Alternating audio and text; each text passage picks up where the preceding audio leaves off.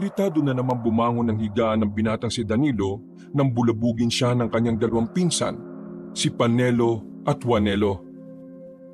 Hindi niya alam kung ano na naman ba ang problema ng mga ito at bakit kaaga-aga iniistorbo na naman siya. Binuto nito ng una ng dalawa at takmang aamba ng suntok. Napailag naman si Juanelo at Panelo. Kalma ka lang, insan. Ito naman, para ka namang others. Yung mga siraulo pala kayo eh. Nakita niyo nang natutulog ang tao, gigisingin niyo ako. Hindi ka naman namin pwedeng gisingin kung gising ka, di ba? Isa ka pa, sampaling kita eh. Ano ba kailangan niyo? Nandito kami para sabihin ng isang mahalagang bagay. Ano nga? Dami pang satsat eh.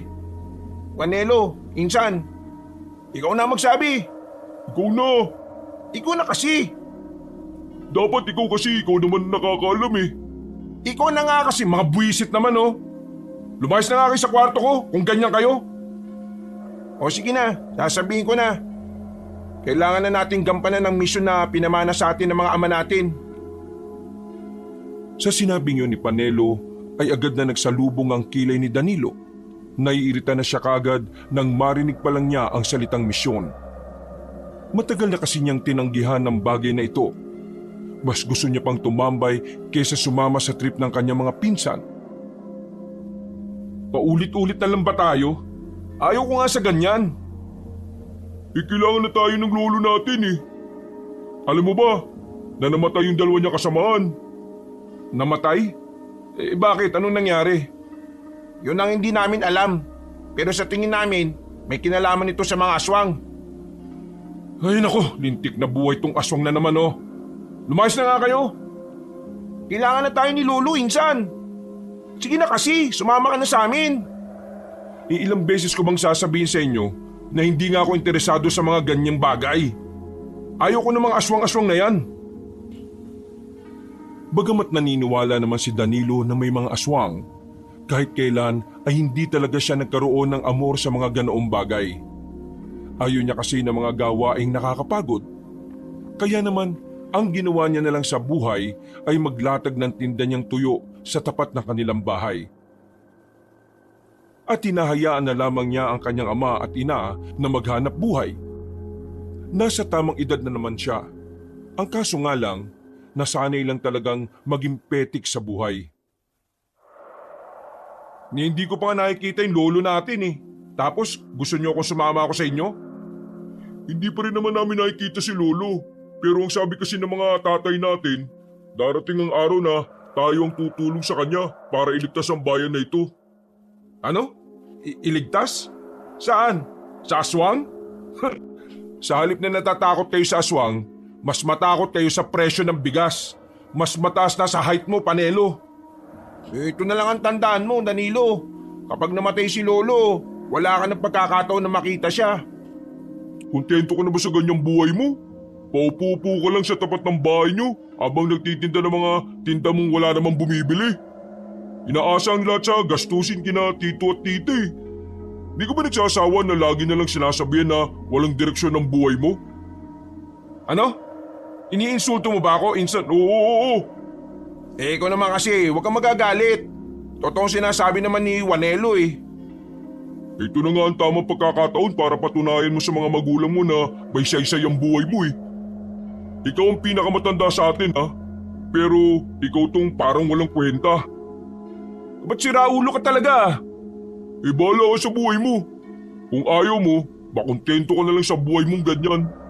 Kaya hanggang ngayon wala ka syota eh. Sino ba naman kasing siraulong babae na papatol sa isang lalaki na mukhang wala namang pangarap sa buhay? Lumabas na lamang ang dalawa at naiwan sa silid ang lalaking si Danilo. Sa huling sinabi ni Juanelo sa kanya, tila ba nakaramdam siya ng sakit sa mga salitang yon. Bigla niyang inamin sa sarili na tama ang sinabi ni Juanelo. Na kaya hanggang ngayon ay nag-iisa pa rin siya, ay dahil wala siyang ginagawang mas maganda sa buhay niya. Sa katunayan, lahat ng niligawan niya ay binasted lang din siya. Isang malaking sampal para sa kanya ang mga narinig niya. Kaya sa maghapon, wala siyang ginawa kundi ang magmukmok. Iniisip niya ang mga sinabi ng dalawa niyang pinsan. Unti-unti siyang nakukumbinsi. Naapakan kasi talaga ang kanyang ego. Hindi siya papayag na ginaganon lang siya ng dalawang pinsan niya. Kaya naman, nagdesisyon siya. Papayag na siya sa gusto ng mga yon para mapatunayan na may kwenta ang kanyang buhay. Anelo! Anelo! Nandiyan ka ba? Hoy! Isang batang lalaki ang lumabas mula sa bahay. Lumapit ito sa kanya. Sino po hinahanap nyo? Nasaan ang Kuya Panelo mo? Bakit po siya hinahanap? Tanong ka pa naman ng tanong. Sabi mo na kung nasaan. Hindi ako pinabigay ng impormasyon sa mga hindi ko kilala eh. Baliw ka ba? Anong hindi mo ako kilala? Pinsan mo ako, no? Ako nag-alaga sa'yo nung baby ka, nung wala yung kuya at mama mo. Pinupunasan pa nga kita ng tae mo sa mukha mo eh. Ay, oo nga. Pinsan nga kita, pero hindi naman tayo malapit sa isa't isa eh. Ano ba kasing problema mo? Bakit hindi mo na lang sabihin sa akin kung nasaan ang kuya mo? Sabihin mo muna sa akin kung anong dahilan na tinahanap mo siya. Nasama na ako sa misyon na sinasabi nila. O ano? Okay na ba? O ano? Nasaan ang kuya mo? Hindi ko rin alam eh. Napanganga na lamang si Danilo nang maglakad na pabalik sa bahay ang bata. Kung pwede niya lang talagang patulan ng batang si Santino. Baka kinutusan na niya ito hanggang sa mapununan ng bukol ang ulo nito. Inis na inis si Danilo sa mga sandaling ito. Hindi niya inakala na magagawa siyang buwisiti ng 10 taong gulang lang na bata. Habang naglalakad pabalik ng kanilang bahay, nakasalubong niya si Panelo at Juanelo. Hoy, nasama na ako sa inyo. Nagkatinginan ng dalawa, pero baka sa mukha na magpinsa na masaya sila sa kanilang narinig. Nagbago na yata isip mo ah. Anong nangyari? Papatunayan ko sa inyo na may direksyon ang buhay ko. Tungkol pala sa sinabi ko kanina. Pasensya ka na ah.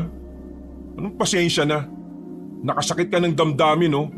Ngayon, papatunayan ko sa mukha mo na kaya ko nang maging mabuting isang lalaki na may pangarap at direksyon ng buhay. Ayos din pala kapag nasasaktan ka paminsan-minsan eh ano? Nagiging matino ka eh.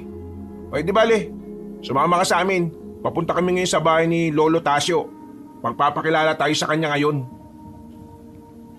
Hindi naman kalayuan ang kinaroroonan ng kanilang lolo. Sa katunayan ay nasa dulong parte lang naman ito ng baryo. Pagkarating nila roon, tumigil na muna sila sa tapat dahil nakapatay ang mga ilaw sa loob. Di ba albularyo si Lolo Tasio? Ganyan ba talaga ang bahay ng mga albularyo? Walang kuryente? Baka hindi na naman kasi nakapagbayad ng kuryente lolo natin. Tara na, baka nandyan lang din naman siya sa loob. Humakbang sila sa bakod. Paglapit nila sa pintuan, kakatok pa lamang sila ay lumabas na kaagad ang isang matanda na puti ang buhok. Pero kahit may edad, makikitang may kalakasan pa rin naman ang katawan nito. May suot ng bilog na sombrero ang matanda. Meron ding kurbata. Humihimas-himas sa mahaba nitong balbas. Ila yata ako ay namamalikbat na. Mga taong ito ay bakit ko nakikita? Maari nga kayang naririto sila para lamang marinig ang aking mga tugma. Ngunit kung kayo'y may ibang kailangan, maari ko ba itong mapakinggan? Kung ito ay tungkol sa salapi, mga hangal, pwede na kayong umuwi. Panelo, bakit ganyan siya magsalita? Parang Makata eh. Makata talaga siya. Ang sabi ni Papa dati, mula nang may mapas lang na makatang aswang si Lolo Tasio nung binata pa siya, ganyan na siya magsalita. Ano at kayo ay nagbubulungan? Kanina galit ako, maaari ko ba kayong mapagbuntungan? Oh, biro lamang, huwag kayong masyadong mawindang. Huwag kayong kakabahan dahil ang poging nasa inyong harapan ay ako lang naman. Lolo Tasio, nandito kami para tulungan ka. Tinatanggap na namin yung imbitasyon ninyo. Biglang sumeryoso ang mukha ng matandang lalaki. May pinindot ito sa gilid ng pinto at saka agad namang nagliwanag. May kuryente naman pala eh. Tama ba ang aking narinig? Ang misyon ay inyo na ring iniibig? Nalaman po kasi namin na nawala na yung mga alalay ninyo.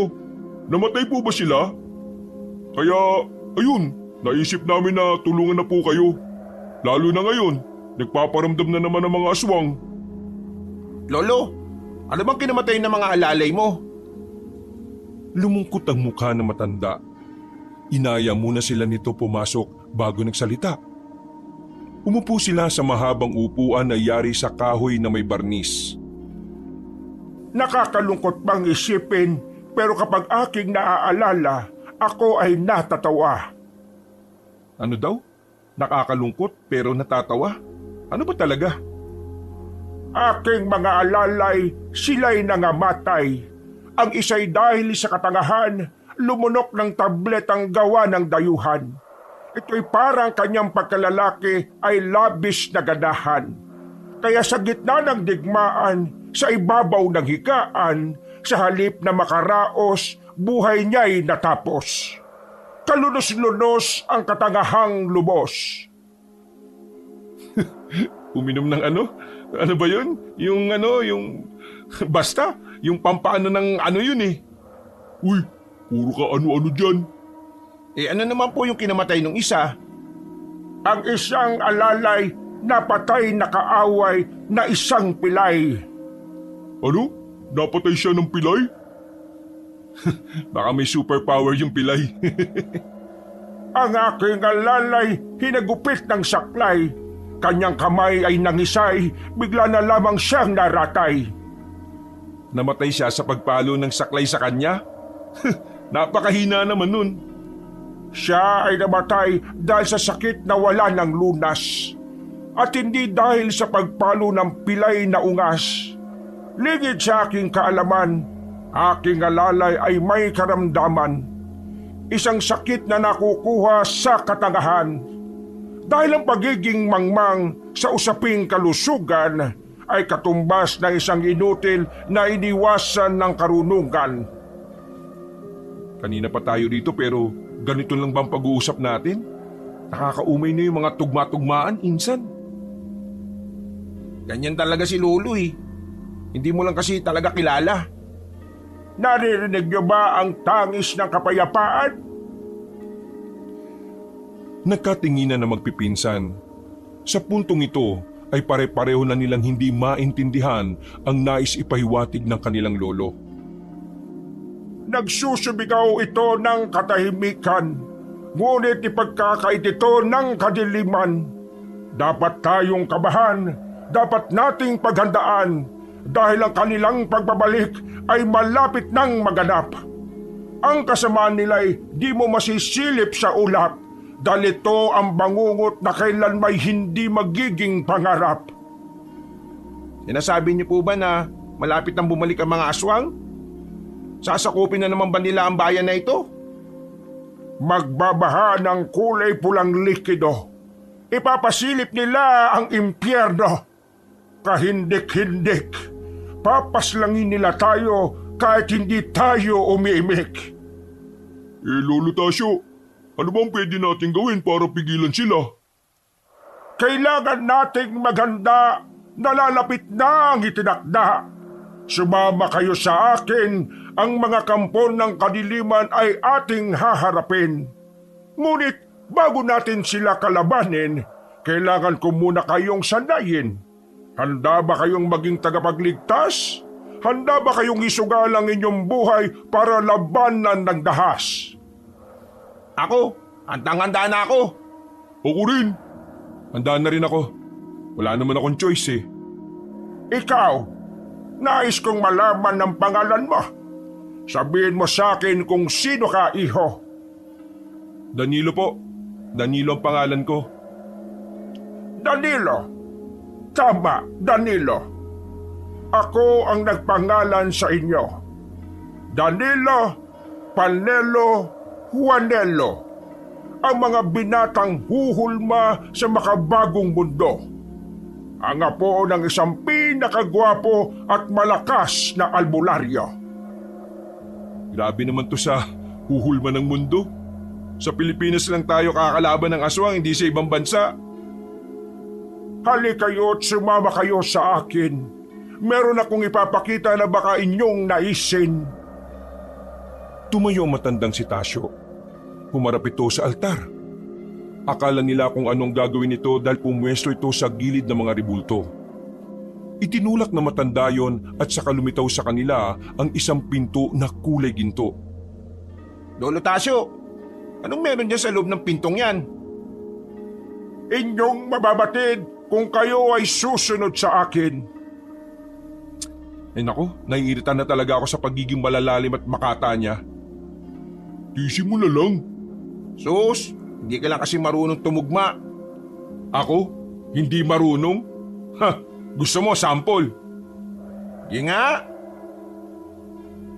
Tingnan mo mukha mo, para kang ice cream na tunaw.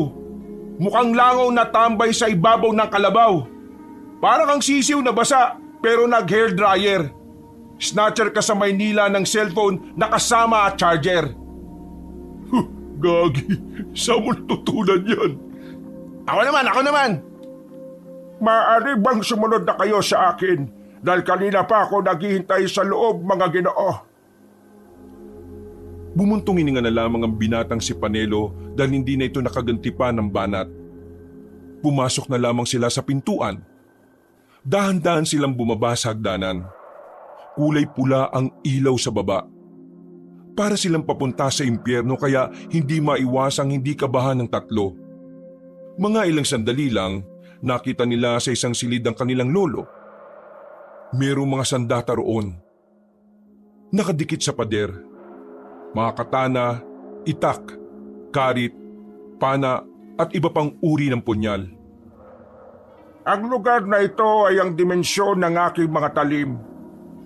Mga sandatang ginamit laban sa dilim. Nais kong ipakita sa inyo ang mga ito. Nang sa ganon ay makapili kayo kung alin ang gagamitin ninyo.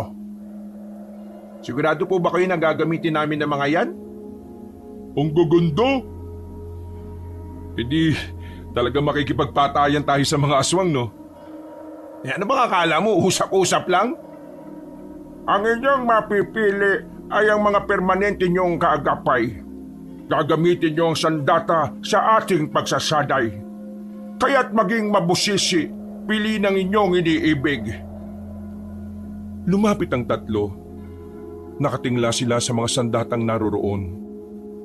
Maya-maya lang, nakapili na rin si Panelo at Juanelo.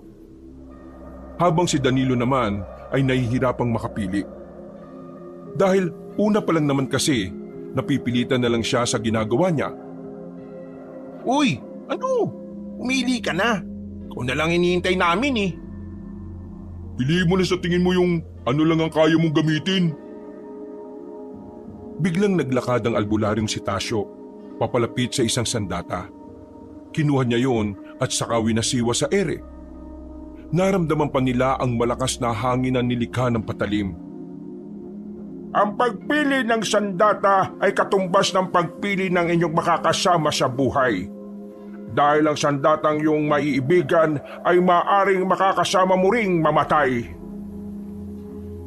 O yun na lang. You know, yung mahabang yun. Napakahusay mong pumili, Danilo. Eh bakit? Ano bang meron sa katana na yan? Pinuri lamang kita. Walang espesyal sa napili mong sandata. Natuwa na lamang ang dalawa niyang pinsan. Bumuntong hininga na lamang si Danilo at saka naglakad pabalik sa dalawang binata. Tandaan nyo na sa susunod na araw, maaring ang liwanag ay mahirap nang matanaw. Ang mga presensya ng kadiliman, maari na nating maramdaman. Kaya naman kinabukasan, ang pagsasanay ay ating nang sisimulan. Magbalik kayo sa inyong tahanan. Ipaalam ito sa inyong mga magulang. Lola Tasyo, maraming salamat po sa sandatang ito ha. Maraming salamat dahil pinagkatiwalaan niyo po kami. Ang tiwala ay hindi mahirap ibigay sa mga taong minamahal mong tunay. Pwede na ba kaming umuwi? Maaari na kayong umuwi hanggang sa muli, mga binatang hindi pa yata tuli. Uy, tuli na ako ha. Baka itong dalawa hindi pa. Uy, tuloy na rin ako, no? Nagkamali pa nga ng pukpok kaya tabingi yung ano ko eh. Uy, tahimik si Wancho, supot pa siguro. Ang pagiging supot ay hindi kahinaan, bagkos ang pagiging supot ay isang kalakasan. Ha? Pagiging kalakasan ng pagiging supot? Paano nangyari yun? Bakit naman, Lo? Walelo, huwag kang malungkot kung ikaw ay supot. Batid ko ang iyong puso ay walang katakot-takot sa mga nilalang na tunay na nakakakilabot. Kaya huwag kang malugmok. Nais ko lamang sabihin sa iyong mabuhay ang mga supot. Lolo naman, kala ko naman matino kang kausap. Loko-loko ka rin pala eh. Nauna nang naglakad ang lalaking si Juanelo dahil sa inis. Tawa naman ng tawa ang tatlo habang pinagmamasdan yung papalayo. Sige na, mauwi na kayo aking mga apo. Pagpalain sana kayo ng Panginoon. Babalik na lang kami bukas ng umaga, Lo. Kapag nasabi na namin kina Mama at Papa. Ngumiti na lamang ng malapad na matandang si Tasyo. Nang maglakad na sila Danilo paalis, nakita niya pang kumaway ang matandang lalaki. Ano? Magsaka na tayo ng tugma ngayon habang naglalakad, oh. Ako pa talaga hinamon mo, ha? Kung ako mukhang langaw sa ibabaw ng kalabaw, mukha ka namang lamok na nagdadayet araw-araw. Mukha mo masyadong pakurba. Yung grinder ni Tito hindi na yata umubra. Wala kang puwang sa mundong ito dahil mukha kang aswang. Hininga mo parang bulok na bawang. Ayos ah. O sige, ako naman. Napatigil sila sa pagsasalita nang biglang maramdaman nila tila ba may sumusunod sa kanila. Nagkatinginan na magpinsan. Hindi sila maaaring magkamali. May presensya sa kanilang likuran. Naramdaman mo ba yun? Oo, parang may malakas na hangin kanina. Parang may tumakbo. Nagmasid ng maigi ang dalawa sa kanilang paligid. May naririnig silang parang mga kaluskos. Malapit lang sa kanila yon kaya kumuha na si Panelo ng bato sa gilid. Kung sino ka man, mabas ka na dyan. Alam namin sinusundan mo kami. Walang tumugon sa kanila, pero nagpapatuloy pa rin ang kanilang naririnig na mga yabag. Nakakaramdam na ng kaba ang dalawa. Baka ma-hold up tayo nito. Na-hold up pa na ako sa bayan kaya nagkakatrauma na ako eh. Buti nga sana kung hold up eh. Paano kung aswang? Mukha ka talagang aswang eh, no? Mas lumalakas na ang mga kaluskos, dahilan para mas lalo silang mangamba. Nagdikit na ang dalawa, hanggang sa isang babae ang lumabas mula sa madilim na gilid. Nakasuot ng pangbistidang manipis ang babae. Bumabakat ang mga hindi dapat bumakat. Nawala ang takot na nararamdaman ng dalawa noong mga sandaling yon. Napalitan nyo ng labis na pagkamangha. Sobrang nagagandahan sila sa dalaga. Parang malaanghel ang mukha nito. Yun ang unang pagkakataon na nakakita sila ng isang dalaga na ubod ng kagandahan. Miss, ikaw ba yung naririnig naming kumakaluskos? Tumangutango ang babae. Sa amo ng mukha nito, hindi man lang nila ito mapag-isipan ng masama. Bakit mo kami sinusundan? May gusto ka ba sa akin? Uy, kapal ng mukha nito. Kailangan ko ng tulong nyo. Anong klaseng tulong? Sige, gagawin ko. Kahit ako na lang, wag na tong pinsang kunto. Supot pa to eh. Uy, nagsasabi mo dyan. Kailangan ko ng tulong nyo. Dalhin nyo ako sa albularyong Makata. Teka. Kilala mo lolo namin? Kilala ko Makatang si Tasyo. Kailangan ko ng tulong nyo. Pakiusap. Dalhin nyo ako sa kanya. Sandali nga. Sino ka ba? Baka mamaya modus ka nga lang eh. O baka mamaya parte ka ng sindikato sa Maynila tapos dito ka nang aano. Ang pangalan ko'y Almira. Nandito ako para humingi ng tulong. Kailangan malaman ng Makatang Albularyo ang mga sasabihin ko. Nagkatinginan na magpinsan. Wala naman silang nararamdaman na panganib sa babae kaya pumayag silang tulungan nito. Ang totoo niyan pauwi na sana kami. Pero sige, sasamahan ka namin. Swerte naman ni Lolo. May magpapahilot sa kanya na magandang babae. Uy, maayos ka nga. Lumalabas na naman yung pagiging manyakis mo Makalipas pa ang ilang sandali ay nakarating na sila ulit sa bahay ng albularyo. Nagmamadaling pumasok si Panelo at saka kinatok ang pintuan. Agad namang nagbukasyon at bumungad ang kanilang lolo Tasyo. Ano't nandito na naman ang aking mga apo? Ako'y nagpapahinga na. Nais niyo bang maging abo? Nais niyo bang matikman ang aking galit? O nais niyo na lamang maamoy ang aking singit? At sandali... Ha? Napatingin na matandang Makata sa babaeng si Almira. Nagtataka itong lumapit at saka sinuri ang dalaga mula ulo hanggang paa. Naliligaw din pala ng landas ang kadiliman, ngunit ang iyong mga mata ay tila nangangarap ng kapayapaan. Kampon ng kadiliman o ampon ng kadiliman? Hindi ko mawari kung maaari. Ipaliwanag mo ang dahilan ng pagpaparito mo, Binibini. Alam kong alam po ninyo kung anong uri ng nilalang ako. Pero wag po kayo mabahala. Nandito po ako hindi para manggulo. Nandito po ako kundi para hingi ng inyong tulong. Tila naglalaro yata ang tadhana. At sa larong ito'y ikaw yata ang taya. Ikaw ba ang isinugo ng iyong mabubuting kasama para ihatid ang inyong masamang balita? Pumasok na sila sa bahay ng matandang si Tasyo. Pag-upo pa lang ay agad ng kinwento ni Almira ang tunay na pakay niya. Batid kong isang malaking palaisipan kung bakit ang katulad ko ay nasa harapan ninyo. Pero hindi po ako masama. Nandito ako para humingi ng tulong na mailigtas sa mga kasama ko sa kami ng pinuno namin. Hindi po ako masamang aswang. May mga aswang din pong mabubuti na biktima lang din ng sirang sistema. Nasa panganib po ang buhay nila.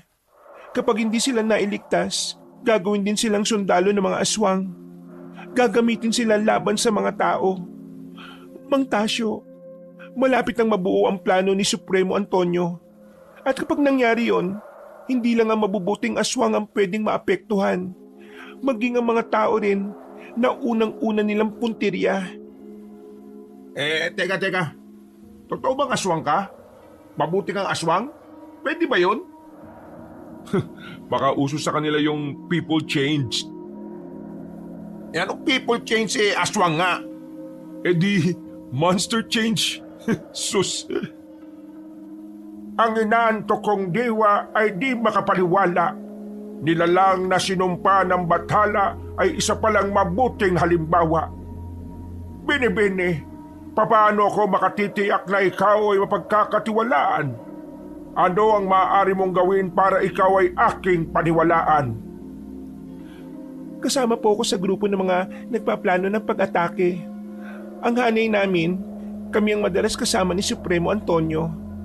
Handa po akong sabihin ang lahat ng detalye para mapagandaan po natin ang paglusob nila. Patawad, Binibini, ngunit hindi pa ako kumbinsido. Subalit, meron akong paraan para dito. Nais mo bang malaman kung ano ito? Nang sa ganon ay makatiyak tayo na nagsasabi ka ng totoo. Tumango lang ang dalaga. Tumayo naman ang matandang si Tasyo at may kinuhang bagay na parang isang karayom. Pero mas makapal lang ng kaunti. Lo, para saan naman yan? Ang bagay na ito ay aking inimbento. para makatiyak na tunay ang isang kwento. Itutusok ito sa daliri. Kapag naging kulay itim ang dulo, nagsisinungaling ang babaeng ito. Ngunit kung hindi naman nagbago ang kulay, ang kanyang sinasabi ay tunay. Kinuha ng matandang albularyo ang kamay ng dalaga. Bigla na lamang nitong tinusok ng matulis na bagay na yon ang hintuturo ng dalaga. Pagbunot ni Tasyo, hindi naman umitim ang panusok. Sinasabi ko naman sa inyo, nagsasabi ako ng totoo. Binibene, maaari mo bang ikwento ng buo ang iyong mga nalalaman? Nang sa gayon ay matukoy natin kung ano ang dapat nating paghandaan. Huminga ng malalim ang babaeng si Almira. Walang ano-ano ay dire-diretso nitong binunyagan lahat ng nalalaman nito. Habang nagsasalita si Almira, tahimik lamang ang dalawang binata. Lalong-lalo na si Danilo na nakatitig lang sa magandang mukha ng dalaga. Kaso, kapag naiisip niyang aswang ang babae, nasisira ang kanyang pantasya. Makalipas lang ang halos kalahating oras, natapos na rin ang dalaga. Sa mga natuklasan ni Mang Tasyo, hindi maiwasan ng matanda na hindi mag-alala. Ayon kasi sa sinabi ni Almira, iisa-isahin ang mga baryo, maliit man o malaki. Dudukutin ng mga kalalakihan at gagawin ding aswang, habang ang mga kababaihan naman daw ay gagawing pagkain. Nag-aalala ang makatang albularyo dahil alam niya na kulang pa ang bilang nila. Matapos kasing malagasan sila noong nakaraang taon, hindi na sila nakahanap pa ng ibang tauhan. Maaari ka nang umuwi, Binibini. Bukas ng gabi, muli kang magbalik. Nang matikman mo ang matamis kong halik, mag-ingat ka, iha. Tumango na ang dalaga. Agad din naman itong umalis. Nilapitan ng dalawa si Tasyo. Si Lolo, may nalalaman pang ganun eh. Ano, type nyo rin ba? Baka nakakalimutan mo, Lo, aswang yun ha. Kalaban natin ng mga aswang ha. Walang masama kung iibig sa ibang nilalang, lalo na kung ito ay may mabuting kalooban. Ngunit wala naman akong pagtingin sa Binibini. Hindi niya magugustuhan ang gaya kong maraming buni. Ganun pa man, nais kong tumungo kayo rito kinabukasan. Sisimulan nating paghandaan ang pagdating ng mga sisira ng kapayapaan. Umuwi na rin ang dalawa matapos ang pag-uusap na yon. Hindi mapakali ang kalooban ni Danilo ng mga sandaling yon. Buong akala niya kasi ay hindi na darating ang araw na maging siya ay magiging interesado na rin sa mga aswang. Kinabukasan, agad siyang pinuntahan ng dalawa. Matapos mag-almusal ay tumungo na rin sila sa kinaroroonan ng kanilang lolo. Pagdating nila, bihis na bihis sa matandang albularyo. Nakatuksido, parang gaya ng mga suot ng mga senyor nung panahon ng mga Kastila. Meron pa itong bilog na salamin at kulay itim na bilog na sombrero. Hanip ang pormahan natin, Lo ah. Parang Espanyol ang datingan ah. Tayo ay haharap sa isang babaeng kupas. Ang dila niya'y kakaiba ang tabas. Marapat lamang na maging presentable ang isang Tasyo. Nang sa gayon, ang ating tatagpuin ay matuwa at hindi uminit ang ulo. Sino ba kasi yan, Lo? Akala ko ba magsasanay tayo, tapos aalis pa pala tayo. Sinabi mo sana kagad para nakapagbihis din kami. Si Mirna, ang dating kaibigan na naging kaibigan na lamang. Isang ginang na labis na ginagalang. Isang mabangis na nilalang, kaluluway halang pagdating sa mga aswang. Lo, yan ba'y sinasabi niyo sa amin dati na kagaya ninyo? Isa ring albularyo pero mas mabangis sa inyo at mas matapang? Misma, hindi ko'y nakala na gumagana ang iyong utak. Dahil dyan, meron kang isang palakpak. Corny naman itong si Lolo. Grabe. Gamit ang kakarag-karag na tricycle, makalipas lang ang halos 5 minuto, narating na rin nila ang kabilang baryo. Sa bungad pa lang, kilala na ng mga tao ang matandang si Tasyo. Narinig pa nga nila Danilo ang tawag sa kanilang lolo ay tagapagligtas. Naglakad sila sandali at narating na rin nila ang bahay ng matandang babae. Sa labas pa lang, masasabi na nilang mayaman na matandang si Mirna. Hindi pa sila nakakapasok ay sinalubong na sila ng matandang babae. Senyora, walang kupas ang iyong ganda. Tila nagliliwanag ang iyong mga ngiti sa umaga. Narito ako para sa isang mahalagang usapin. Nais ko sanang makakwentuhan ka kung iyong mamarapatin. Sinungaling si Lolo. Sabi niya kupas na babae na si Aling Mirna. Pero ngayon sabi niya walang kupas ang ganda. Huwag ka na nga bumubulong. Nakatingin yung bodyguard niya Aling Mirna oh. Pinalapit sila ng senyora na si Mirna. Seryoso itong nakatingin sa kanila. Partikular sa 3 binata sa likuran ni Mang Tasyo. What do you want, Senyor Tasyo? Nais kong pag-usapan ang tungkol sa mortal nating kalaban. Batid kong alam mo na ang mga kumakalat na usapan, ang mga aswang ay muli nang gumagawa ng hakbang upang sanlibutan ay muli namang masakop ng kasamaan. What do you want me to do?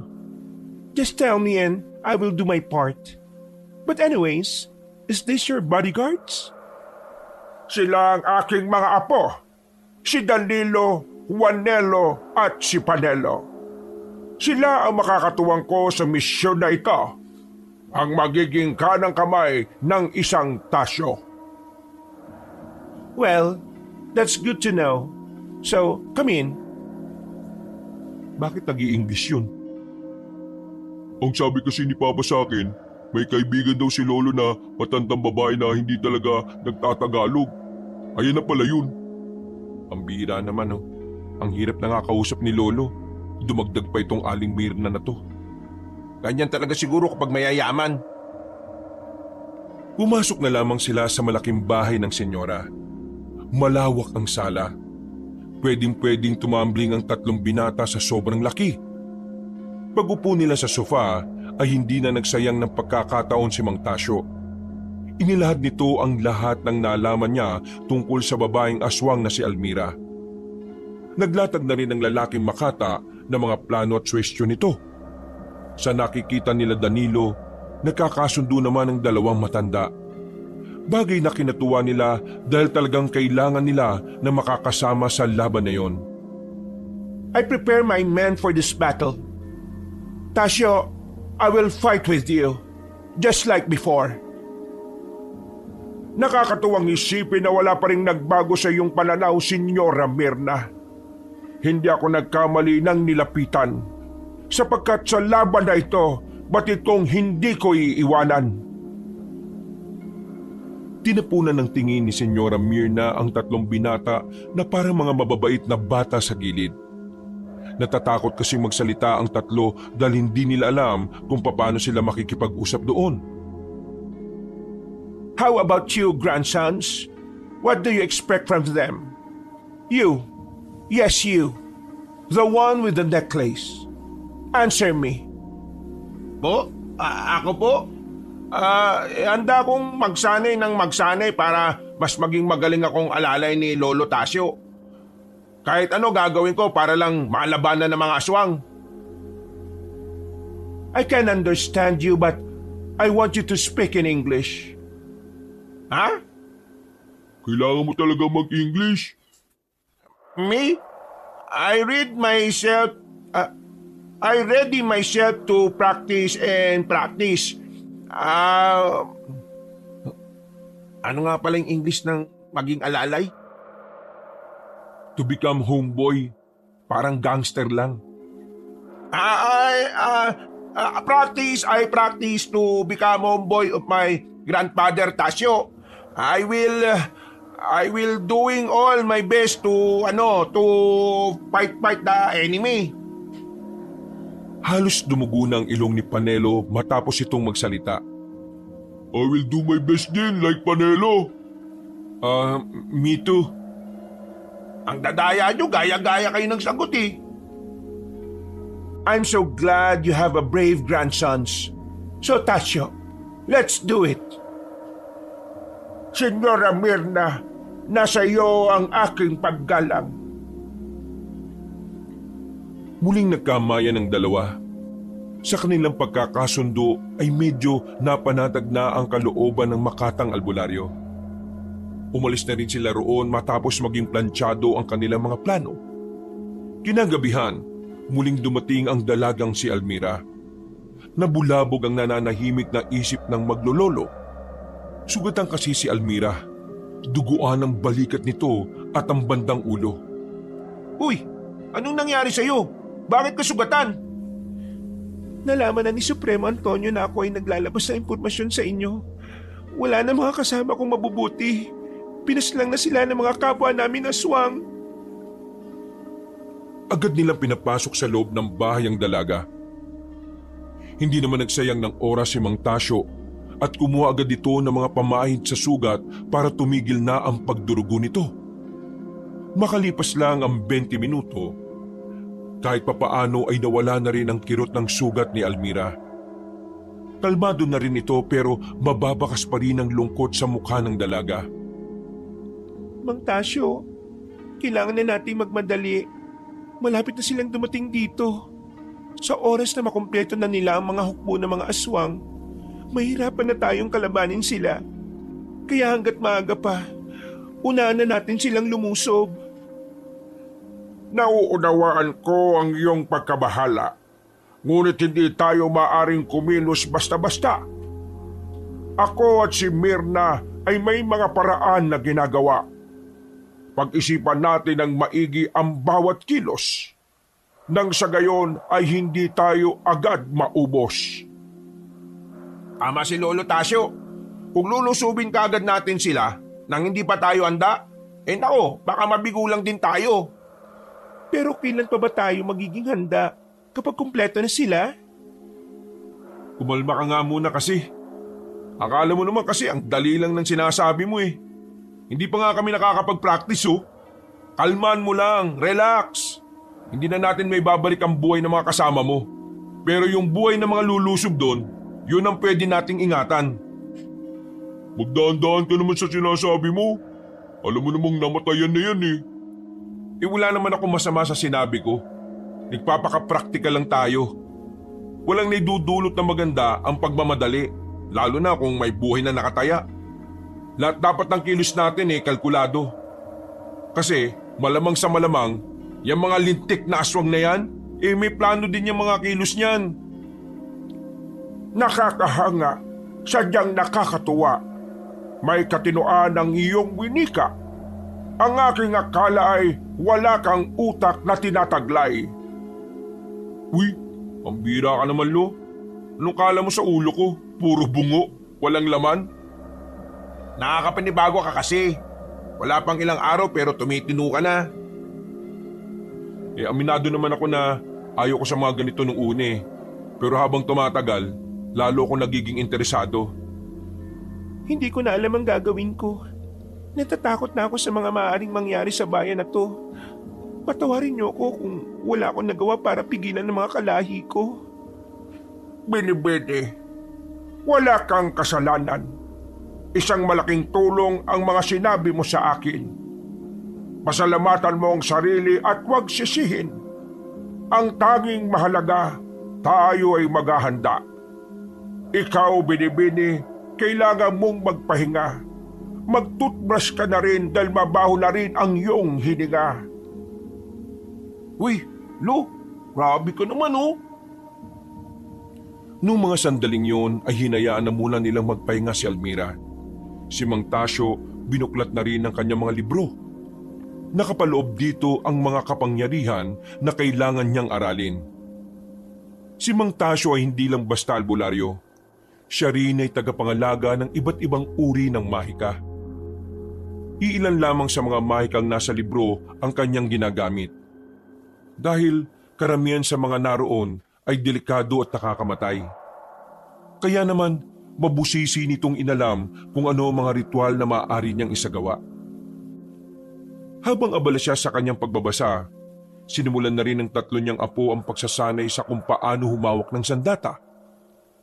Napangiti ang matanda. Naalala niya kasi nung maliit pa si Danilo. Lagi niya yung pinapahawak ng kawayan at pinagsasabong. Dakong 9:00 na ng gabi nang matigil ang pagsasanay ng mga binata. Pagod na pagod ang mga yon. Lumabas naman ng bahay ang matandang Makata at saka inabutan ng maiinom ang kanyang mga apo. Inumin niyo na ito. Kape na nagmula sa katas ng luyang maarte. Ano lo? Luyang maarte? Minsan lo, iniisip ko kung tinatarantado mo lang kami. May luya naman talagang maarte.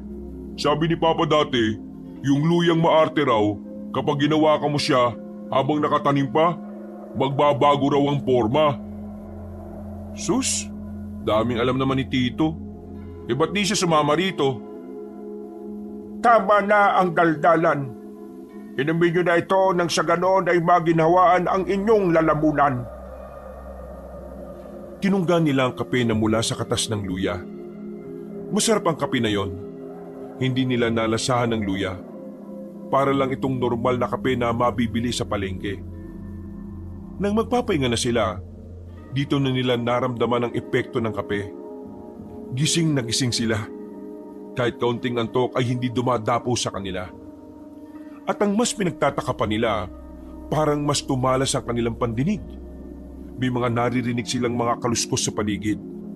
Tila ba sobrang lumalakas na rin ang kanilang pakiramdam. Ang mata ay mulat. Gising na gising kahit ayaw magpuyat. Kailangan nyo nang mag-unat. Sa labas ay may mga kalabang mukhang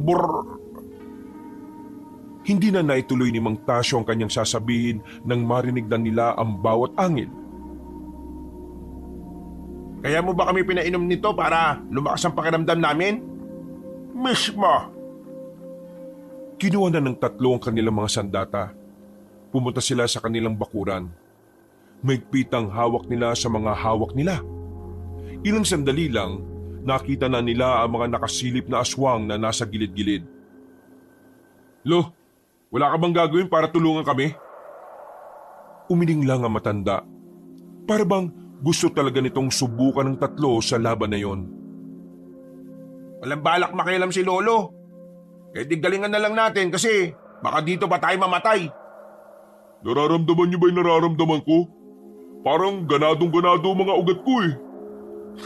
Lakas ng tama ng pinainom sa atin ni Lolo ah. Maya-maya pa, bigla na lamang may gumapang na aswang sa gilid nila. Mabuti na lang at alerto si Danilo. Tinaga niya kagad ang kamay na hahawak sana sa paa ni Juanelo. At ilang sandali nga lang, nagsimula na ang labanan. Sabay-sabay na lumusob ang mga aswang. Hindi maiwasang magalusan din sila dahil kulang pa talaga ang kanilang napag-aralan. Pero ganun pa man, hindi natinag ang magpipinsan. Talagang ginawa nila ang kanilang makakaya para hindi mapahiya sa kanilang lolo. Pero kahit nanggalingan na nila at ibuhos ang lahat ng kanilang makakaya, sadyang kakaiba talaga ang bilis ng mga aswang. Habang tumatagal, unti-unting nalalagay ang kanilang buhay sa panganib. Habang ang matandang si Tasyo naman ay nasa pintuan lang, nanonood lamang sa mga nangyayari. Mang Tasyo, hindi mo ba sila tutulungan? Hindi na nila kaya. Ngumiti ng malapad si Mang Tasyo. Naglakad ito kaunti palabas sa pinto. Napatigil ang mga aswang at tumingin sa matanda. Hinugot na ng matanda ang kulay itim nitong espada na may bitak sa dulo. Mga kaluluwang hindi matahimik, sa espada ko kayo'y humalik! Pumikit ang matandang albularyo. Laking gulat ng tatlong binata nang makitang tumakbo si Mang Tasyo palapit sa mga aswang. Walang kahirap-hirap nitong pinagtatataga ang mga yon. Sobrang bilis ng bawat galaw ni Mang Tasyo. Hindi na nga rin nila sigurado kung paanong tinatamaan ng mga kalaban nila. Sa isang iglap lang, nagbagsakan na ang mga aswang. Bago ibalik ni Mang Tasyo ang espada sa lalagyan nito, nakarinig pa sila ng mga umiiyak na boses na ayon sa matanda, mula yun sa mga kaluluwang nagbibigay ng kapangyarihan sa kanyang sandata. Tunay ngang kailangan nyo pang isubsob ang sarili sa pag-iensayo. Ngunit nais ko kayong sabihan sa inyo na magaling ang ginawa nyo. Ang madugong labanan ay nagsisimula na. Kailangan niyong maging handa sa mga susunod na eksena. Maraming salamat sa pagliligtas nyo sa amin, Lo. Pangako, sa susunod na makakaharap namin ng mga aswang, mas gagalingan na namin. Mas lalong namangha ang tatlong binata nang makita nilang unti-unting naging abo ang bangkay ng mga aswang. Hindi makapaniwala si Danilo noon. Sa mga pelikula niya lang kasi napapanood ang mga ganon. Muli nilang binalikan ng babaeng si Almira. Medyo maganda-ganda na ang kondisyon at pakiramdam ng dalaga kaya nakakaupo na ito. Dahil sa nangyari, nasisiguro na ni Mang Tasyo na magsusunod-sunod na ang mga pangyayaring yon. Kaya naman hindi na ito natulog. Inabot na ang matanda sa pagbabasa ng kung ano-anong ritual. Mulat na mulat din ang tatlo niyang apo na kahit anong gawin ay hindi pa rin makatulog. Hindi ko maramdaman yung hapdi ng sugat ko. Dahil pa rin yata to sa ininom nating kape. Kinaumagahan, isang masamang balita ang nakarating kay Mang Tasyo. Mula sa tauhan ni Senyora Mirna, nalaman nilang ang ilan sa mga kasamahan nilang albularyo ay natagpuan na lamang wala ng buhay. Ang pangyayaring yon ay mensahe sa kanila ng mga aswang. Pinahihiwatig ng mga yon na magiging marahas at madugo ang magiging labanan. Samantala, kalmado lang si Mang Tasyo. Sanay na sanay naman na kasi siya sa mga ganoong senaryo. Ngunit kahit na mahinahon niyang dinadala ang sitwasyon, hindi maiwasan na makaramdam din siya ng pagkabahala sa kanyang mga apo. Lo, kung magpahinga ka na kaya muna, kagabi ka pa walang tulog oh. Napansin siya ni Panelo na hindi man lang iniiwan ang hawak-hawak na libro. Tumingin siya sandali at ngumiti. Ako'y wag mong intindihin. Makakaraos din. Ano makakaraos? Bakit? Bold ba binabasa mo? Ay nako, matulog ka muna, Lo. Tingnan mo yung dalawa ron, tulog na. Kailangan ko lamang tapusin ang mga babasahin. Ang mga ritual ay kailangan kong aralin. Mauna ka nang matulog bago pa kita mabugbog. Lo, nakakatakot ka naman, Lo. Ay nako, bahala ka na nga dyan. Iniwan na lamang siya ni Panelo. Itinoon lang niya ang atensyon sa kanyang mga binabasa. Inabot na siya ng 3:00 ng hapon nang matapos sa mga binabasa. Paglabas niya ng bahay nila, naramdaman niya ang malakas na presensya. Alam niyang hindi pa niya kakayaning lumaban sa Supremo ng mga aswang. Sa kadahilan ng hindi niya pa rin naman alam kung ano ba talaga ang kapasidad ng Supremo. Isa pa, kailangan niya pa rin gumawa ng mga bagong ritual. Kaya naman, pasimple niyang pinasok ang mga natutulog sa loob. Pinagsasasampal niya para lang magising. Kabilang naroon ang babaeng aswang na si Almira. Mangagsigising! Kung hindi ba kasi San Pedro ang inyong makapiling, kailangan nating lumisan. Ang Supremo ng mga aswang ay palapit na sa ating tahanan. Si Supremo Antonio? Uy, gising! Gising! Pinatakan ni Mang Tasyo ng kalamansi ang bibig ng tatlong binata para magising yon. Agad din naman silang bumangon habang ang muka ay asim na asim. Wala nang sabi-sabi, dali-dali silang tumungo sa likuran ng bahay. Merong lagusan doon na patungo naman sa kabilang baryo. Ano nangyari? Bakit nandito si Supremo Antonio? Marahil ay nililibot niya ang baryo. Naghahanap ng pwedeng madakip na tao. Nais niyang gawing kagaya ninyo. O marahil ako ang hinahanap ni Antonio. Bakit hindi mo palagan? Ang lakas at ang galing mo naman ah. Nakalayo na sila ng bahay ni Mang Tasyo. Naglalakad na sila na hindi alam kung saan ang tungo. Basta gusto lamang muna nilang makalayo. Ang aking lakas ay hindi pa sasapat. Tunay ng malakas ang supremong patpat. Hindi siya katulad ng mga naunang kalaban. Kakaibang lakas ang aking kailangan. Bumuntong hininga na lamang ang matandang makata. Baka sa mukha nito ang pagkabahala. Dahil dito, naramdaman din nila Danilo ang kabigatan ng loob ni Mang Tasyo. Nagtungo sila sa bahay ni Senyora Mirna para ipaalam ang pangyayari. Maging ang senyora ay kinabigla din yun. Ang pagkakaalam kasi nila sa mga susunod na araw pa gagawa ng hakbang ang mga aswang. This is a clear message to us. We need to do something, Tasyo.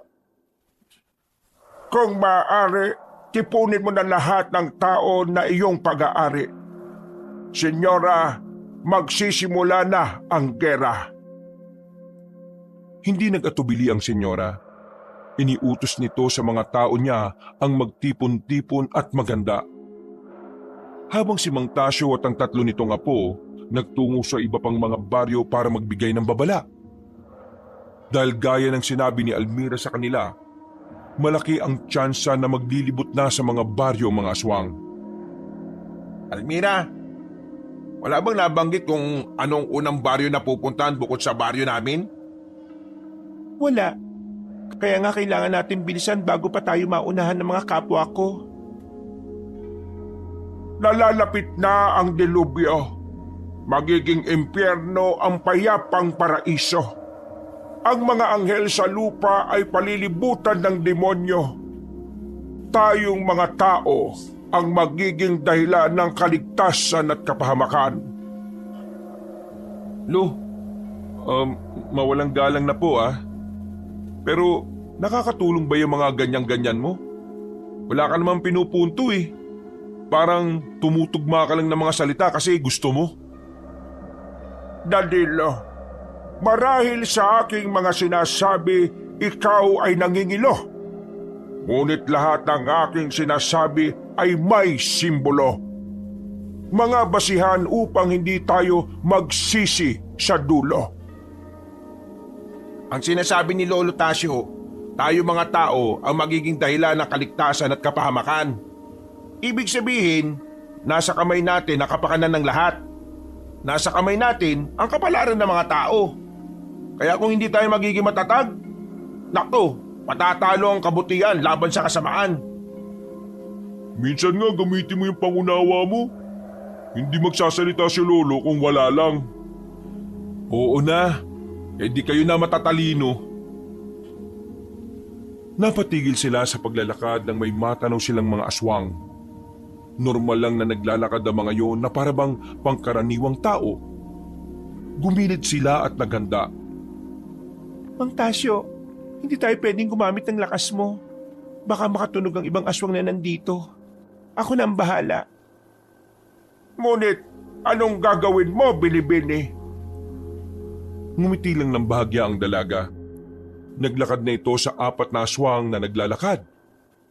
Kumuha lang ng tamang tiyempo si Almira. Nang wala ng ibang tao sa paligid, bigla itong nagbago ng anyo at saka pinagbababali ang leeg ng mga kapwa nito aswang. Namangha na naman tuloy sila Danilo sa kanilang nasaksihan. Mahusay din naman pala itong babaeng to eh. Analo tayo rito. Hindi lang maganda, magaling din. Bumalik na rin sa kanila ang dalaga matapos nitong itabi ang bangkay ng mga aswang sa gilid. Nilibot na rin nila ang buong baryo para alamin kung may iba pang aswang ang naroroon. Pero wala na silang nakita. Kaya naman, kinausap na nila ang kapitan ng baryo. Pinaliwanag nila ang mga dapat malaman ng mga tao. Pagkatapos nila roon, sinundan naman nila ang kabilang baryo na malapit lang din naman. Inabot na sila ng gabi sa kakapunta sa mga karatig baryo para magbigay ng babala. Sa huling baryo na pinuntahan nila, karumal-dumal na eksena ang kanilang inabutan. Tila Nanlambot ang tuhod ng 3 binata ng datna ng mga nakahandusay na residente. Duguan ng mga yon. Nagkalat ang mga laman loob sa lupa. Ang iba pa ay magkakahiwalay ang mga parte ng katawan. Grabe ang ginawa ng mga aswang sa mga tao rito. Hindi makatarungan. Nagsisimula na si Supremo Antonio. Hindi na maganda ito. Dito lamang kayo at ako ay may pupuntahan lamang. Aalis ka mag-isa? Delikado, Lo. Batid niyang nandito ako kung kaya't naroon siya sa dulo ng baryong ito? Kailangan ko siyang kausapin. Meron siyang dapat sabihin sa akin. Mabilis na naglakad si Mang Tasyo. Hindi na nito nilangon ang mga kasama niya. Malakas ang kanyang loob na tinungo ang kinaroroonan ng Supremo na si Antonio. Nang makarating na siya sa dulo ng baryo, naabutan niya si Antonio na nakaupo sa tapat ng isang bahay. May hawak-hawak pa itong laman ng tao na kanya namang inuunti-unting kinakain. Tumigil si Antonio sa ginagawa nang makita si Tasyo. Nagpakita ito ng nakakalokong ngiti. Tasyo, ang makatang albularyo. Kinagagala kong makilala ka ng personal. Hindi ko inakala na ikaw pa mismo ang hahanap sa akin. Masaya akong malaman na nasa maayos kang kalagayan. Pinaslang mo ang mga taong walang kalaban-laban. Pinatunayan mo lang sa akin na mas mahina ka sa inakala ko. Oh, bakit hindi ko yata narinig yung mga tugma mo? Oo nga pala. Sa pagkakaalam ko hindi ka na tumutula kapag nakakaramdam ka ng galit at poot. Ibig ba nitong sabihin, kinamumuhian mo na ako dahil sa mga ginawa ko? Tapusin na natin ang laban na ito para makaalaman na tayo, Antonio. Hindi sa ngayon, Tasyo. Hindi sa ngayon. Alam natin pareho natin kailangan na mas lumakas. Nararamdaman ko na may kailangan ka pang gawin sa sarili mo. Nararamdaman mo rin na ganon din ako. Magiging maganda ba ang laban natin kung pareho tayong hindi mailabas ang tunay nating kalakasan? Hindi problema ang kalakasan. Alam kong meron kang talino na pwede mo rin namang magamit laban sa akin. Kaya kung talagang kaya mo kong talunin, gawin mo ngayon. Subukan natin ang lakas ng bawat isa. Nasyo, masyado ka naman yatang mainit. Nawawala ka ba sa wisyo? Hindi mo ba alam na mga taong nagmamadali, madali ring lumalagapak? Siguro nga malaki nang pinagbago ng Tasyo na nakilala ko base sa usap-usapan ng mga aswang. Pero sasabihin ko sa iyo, hindi pa ito ang tamang pagkakataon para sa ating dalawa.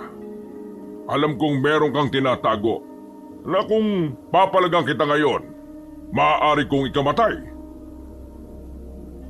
Nagkamali si Mang Tasyo sa akala niyang mas malakas na sa kanya ang sinaunang aswang na si Antonio. Sakalang din natansya ng gaya niya na kailangan din pala nitong magpalakas. Handa na sana si Mang Tasyo sa laban na yon gamit ang mga ritual na kanyang inaral. Pero ramdam niya na kahit na anong mangyari, iiwasan lamang siya ni Antonio. Tunay ngang matalino ka, Antonio. Hindi ako nagkamali sa aking hinala. Kung wala kang balak na lumaban, pues ako meron. Agad na inilabas ni Mang Tasyo ang kanyang espada. Maririnig agad ang mga tinig na nag-iiyakan mula sa kanyang sandata. Tumalon siya ng mataas palapit kay Antonio. Hinigupit niya ang supremong aswang, pero sa kasamaang palad, nakailag lang ito. Tinamaan lang niya ang dingding ng bahay na agad ding namang nawasak. Ganyan nga, Tasyo. Mawala ka sa wisyo. Ganyan nga.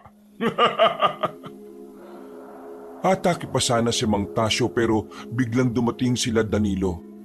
Nanlalaki ang mata ng makatang albularyo nang matunugan kung ano ang susunod na gagawin ni Antonio. Bakit kayo sumunod, mga inutil? Mabilis na lumipad si Antonio patungo sa kinaroroonan ng apat. Muntik na silang mahagip ng Supremo. Buti na lang ay agad na nakalapit si Mang Tasyo. Nahawakan nito ang kamay ng aswang. Tangkang itatarak na niya ang espada pero nakawala agad ng pinunong aswang. Sinabihan ko na kayo na huwag kayong susunod. Hindi ba kayo nakakaintindi? Oh, hindi ka na tumutugma ah. Hindi na lamang yung pinansin ni Mang Tasyo. Muli nitong hinarap si Antonio. Makilang ulit niya itong inatake pero paulit-ulit lang din itong nakakatakas. Hindi mo ako mahuhuli, Tasyo. Maliban na lang kung gagamitin mo sa akin kung ano man ang inihanda mo. Kung yan ang gusto mo, sige, pagbibigyan kita. Napansin ni Panelo na tila unti-unti nang nawawala sa tamang pag-iisip ang kanyang lolo. Ibang-iba na ito sa kanilang nakikita. Para bang nilamon na ng emosyon si Mang Tasyo. Kaya naman, agad nang gumawa ng paraan si Danilo. Mabilis siyang tumakbo patungo sa harapan ng kanilang lolo. Lo, pasensya na ah. Sinuntok ni Danilo si Mang Tasyo sa tiyan. Namilipit ang matanda at dahil dito, tila natauhan ito at nakabalik sa kanyang katinoan. Samantala, akmang aatake naman si Antonio nang bigla namang dumating ang matandang babae na si Senyora Mirna. Pinukulan nito ng pilak na palaso ang supremo ng mga aswang. Tinamaan ni Senyora Mirna ang aswang sa kamay kaya ito natigilan. Napilitang umatras ang supremo ng mga aswang. Umalis agad yon bago pa ito tirahin ulit ng palaso. Lumapit si Senyora Mirna kay Mang Tasyo. Malakas na sampal ang pinakawalan nito sa matandang lalaki. Anong ginagawa mo, Tasyo? Nagpadalos-dalos ka na naman. Paano kung walang umawat sa'yo kanina? Di madali kang namatay. Inuudyokan ka lang ni Antonio. Hindi mo na malaya na ginagamitan ka na niya ng itim na salamangka para mas lalo kang maging emosyonal. Alam niya kasi na yon ang kahinaan mo. Nasaan ba ang utak mo, ha? Wow! Nagtatagalog ka pala kapag galit ka na. Sana lagi lang kayong galit ni Lolo para madali kayong kausap. Shut up! Nakisabat ka pa kasi, yan tuloy. Paumanhin, ngunit hindi ko na nabantayan ang aking sarili. Maraming salamat, Danilo at Senyora. Muli kong naibalik sa dati ang aking kaisipan. Sinadya lang ng Supremo na hindi ilabas ang tunay niyang lakas. Iniintay niyang gamitin mo ang mga tinatago mong taktika. Mang Tasyo, sa susunod na makakalaban mo siya, huwag mo siyang hayaan na makakuha ng oras para makapag-isip ng bagay-bagay. Matalino ang Supremo, pero meron siyang kahinaan. Hindi siya nakakapag-isip ng tama kapag sinindak mo siya ng sinindak. Maraming salamat sa dagdag kaalaman. Gagawin ko yan sa susunod na laban. Sa ngayon, maaari bang bumalik na tayo sa ibang baryo? Nais kong mabatid kung dumadanas na sila ng kalbaryo. Don't worry about that. Worry about yourself. You're exhausted. You need to rest.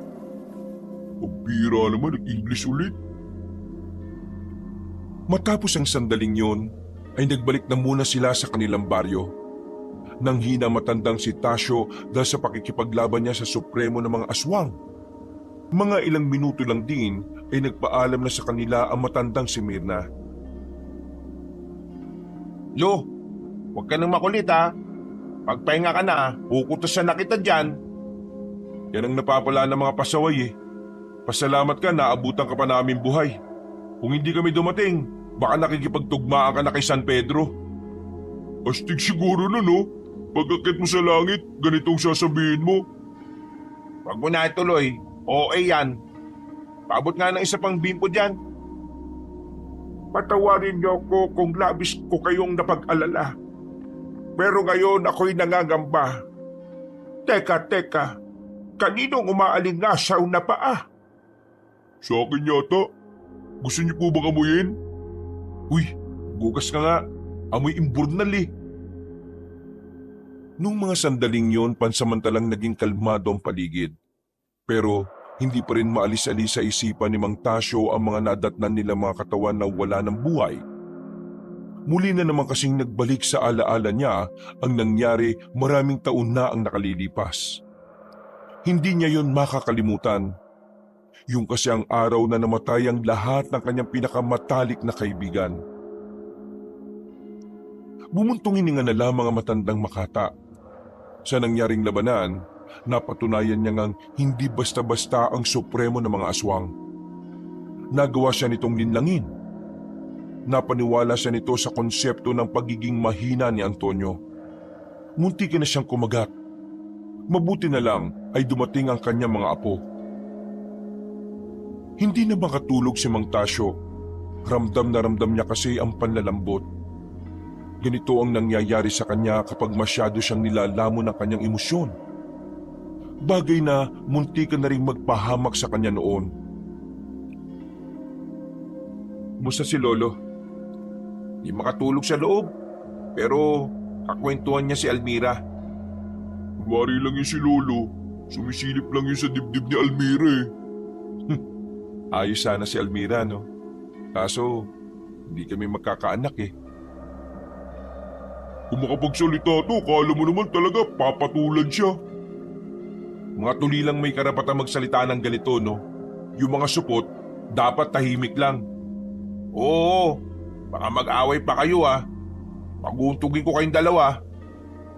Pero, seryoso, medyo kinabahan din ako kanina. Nagtatayuan yung balahibo ko nung makita natin yung supremo ng mga aswang eh. Ganyan din ang naramdaman ko kanina. Sa totoo lang, pakiramdam ko kanina, lugi si Lolo kung natuloy yung labanan eh. Puso mga aswang, mauutak din sila.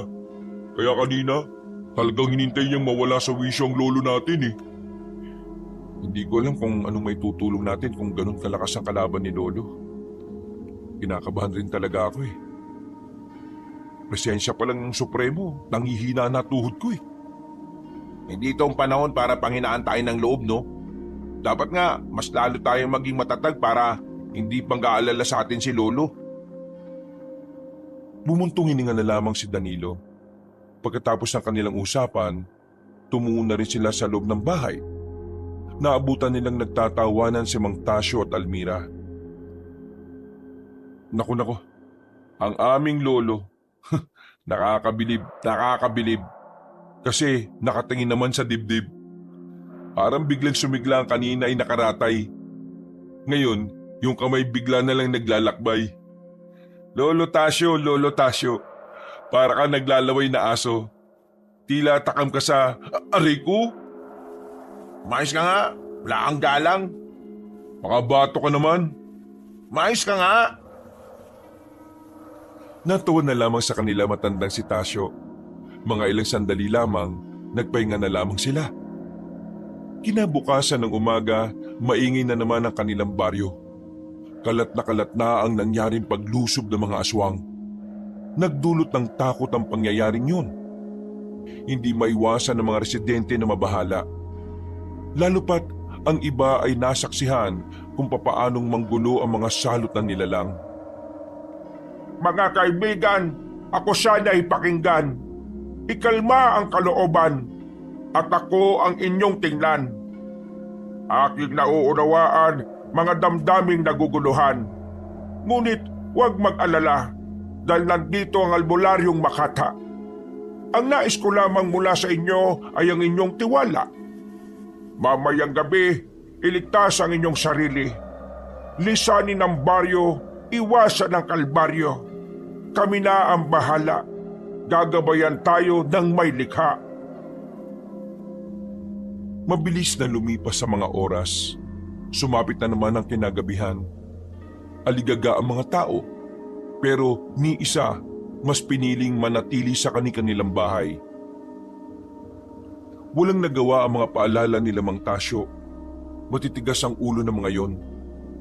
Mas mahalaga sa kanila ang kanilang tahanan kaysa sa mga buhay nila. Lolo, mukhang wala na talaga tayong magagawa sa mga tao dito sa inyo. Ang mabuti pa salubungin na lang natin ang mga aswang sa gubat para hindi madamay ang mga residente rito. Tamang opinyon ni Panelo, Lolo.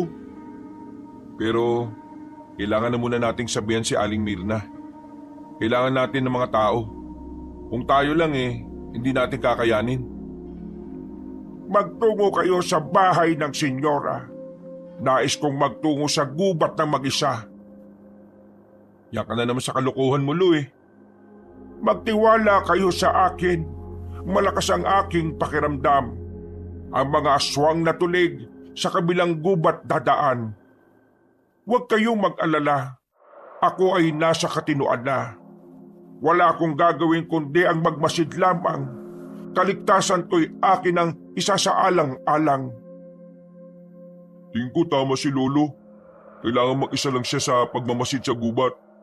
Hindi nararamdaman ng ibang aswang ang presensya niya dahil nga sa suot niyang anting-anting. Basta ipangako mo sa amin, Lo, ha? Wala kang gagawin hanggat wala pa kami. Pangako. Bumuntong hininga muna si Danilo bago sila pumayag sa kagustuhan na matanda. Nang makalis na ang mga binata, naglakad na rin mag-isa ang matandang Makata. Habang tinatahak ang daan, nagtataka siya dahil iniisip niya kung saan nagpunta ang dalagang si Almira. Umalis kasi ng bahay nila yon ng hapon para bumili. Pero hindi na ito nakabalik. Nakarating sila sa kagubatan. Nakatuntong lang sila sa itaas ng puno habang nagmamasid sa daan. Mas tinalasan niya pa ang kanyang pakiramdam. Tumingin-tingin sa paligid. Bawat maririnig na tunog, inaalam niya kung nagmumula ba sa mga kalaban. Habang nagmamasid, nakita niya ang babaeng si Almira. Sugatan ng dalaga nang lapitan niya ito. Mas marami na itong galos kumpara nung una. Binibining Almira, ano at may mga sugat kang iniinda? Ano ang nangyari sa iyong pagkawala? Ang paglitaw mo'y labis na nakakabigla. Mang Tasyo, paparating na sila. Mas malalakas na aswang. Hindi ko sila kinaya. Huwag kang mag-alala. Paparating na ang ating mga kasama. Magpahinga ka lamang, ako na ang bahala sa mga nilalang. Hindi mo sila kakayanin. Maniwala ka sa akin. Tila yata nawala ang iyong tiwala sa Makatang matanda. Nakakalimutan mo na bang ako si Tasyo, ang albularyong nakamamangha? Manood ka, Binibining Marikit. Aking ipapakita ang tunay na kausayan ng Makatang galit. Galit ka na naman. Baka mawala ka na naman sa wisyo niyan. Diyos ko, iuwi mo na lang ako at gamutin mo na lang ako. Baka mamaya mapahama ka pa eh. Tila yata nakasama ng loob ang iyong mga tinuran. Ang paniniwala mo sa akin ay hindi ko maramdaman. Hindi bale babaeng taglay ang kagandahan. Ang tunay na albularyong Makata ay iyong matutunghayan. Ang tigas talaga ng bumbunan mo.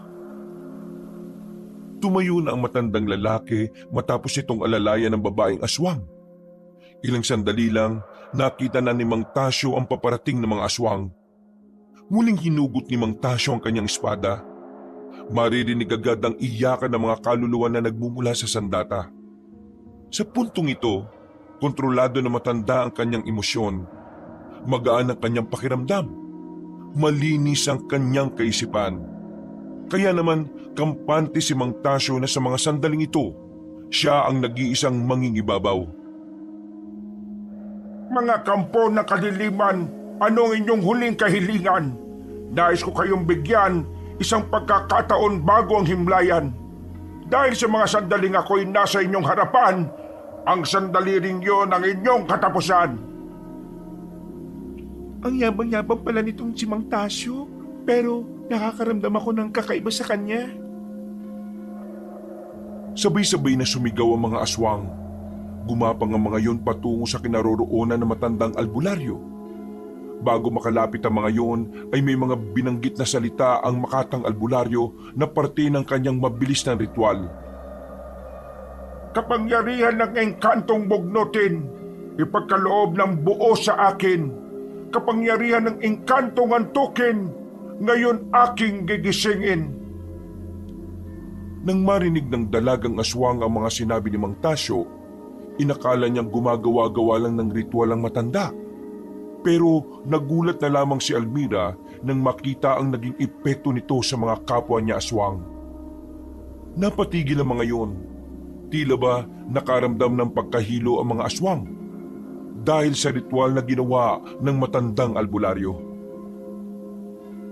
Kapangyarihan ng kabayong maskulado, ipagkalob sa akin ang bilis na kalkulado. Halos hindi na nakita ng babaeng si Almira ang kakaibang bilis ng Mang Tasyo nang umatake ito sa mga aswang. Habang wala sa wisyo ang mga yon, hindi nagsayang ng pagkakataon na matanda. Inisa-isa niyang paslangin ang mga nilalang. Walang kahirap-hirap na nagbagsakan ng mga yon. Binibining Almira, naibigan mo ba ang aking ipinakita? Maaari bang sabihin mo sa akin kung ikaw ay namangha? Sa likuran mo! Paglingon ni Tasyo sa likuran, nakita niya ang isang aswang na buhay pa pala. Nahawakan siya nito sa paa.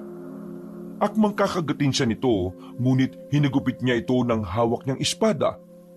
Gumulong ang ulo nito sa lupa. Napalingon si Mang Tasyo sa likuran nang makitang kararating lang nila Danilo.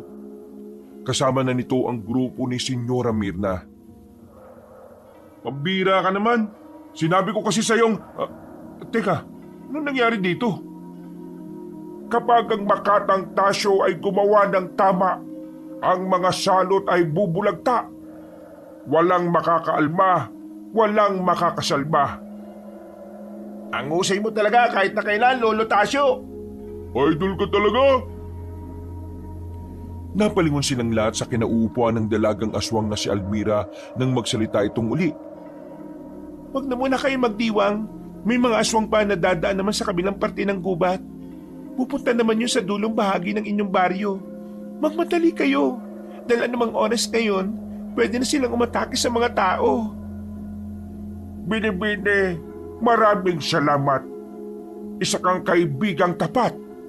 Kaya pwede ba akong pakagat? Hey, what's your word, Tasyo? Binitukan pa ni Senyora Mirna ang matandang lalaki. Napakamot na lamang sa ulo si Mang Tasyo. Kailangan na natin lumakad, Almira. Hindi ka ba sasama sa amin? Kailangan ko magpahinga kahit sandali.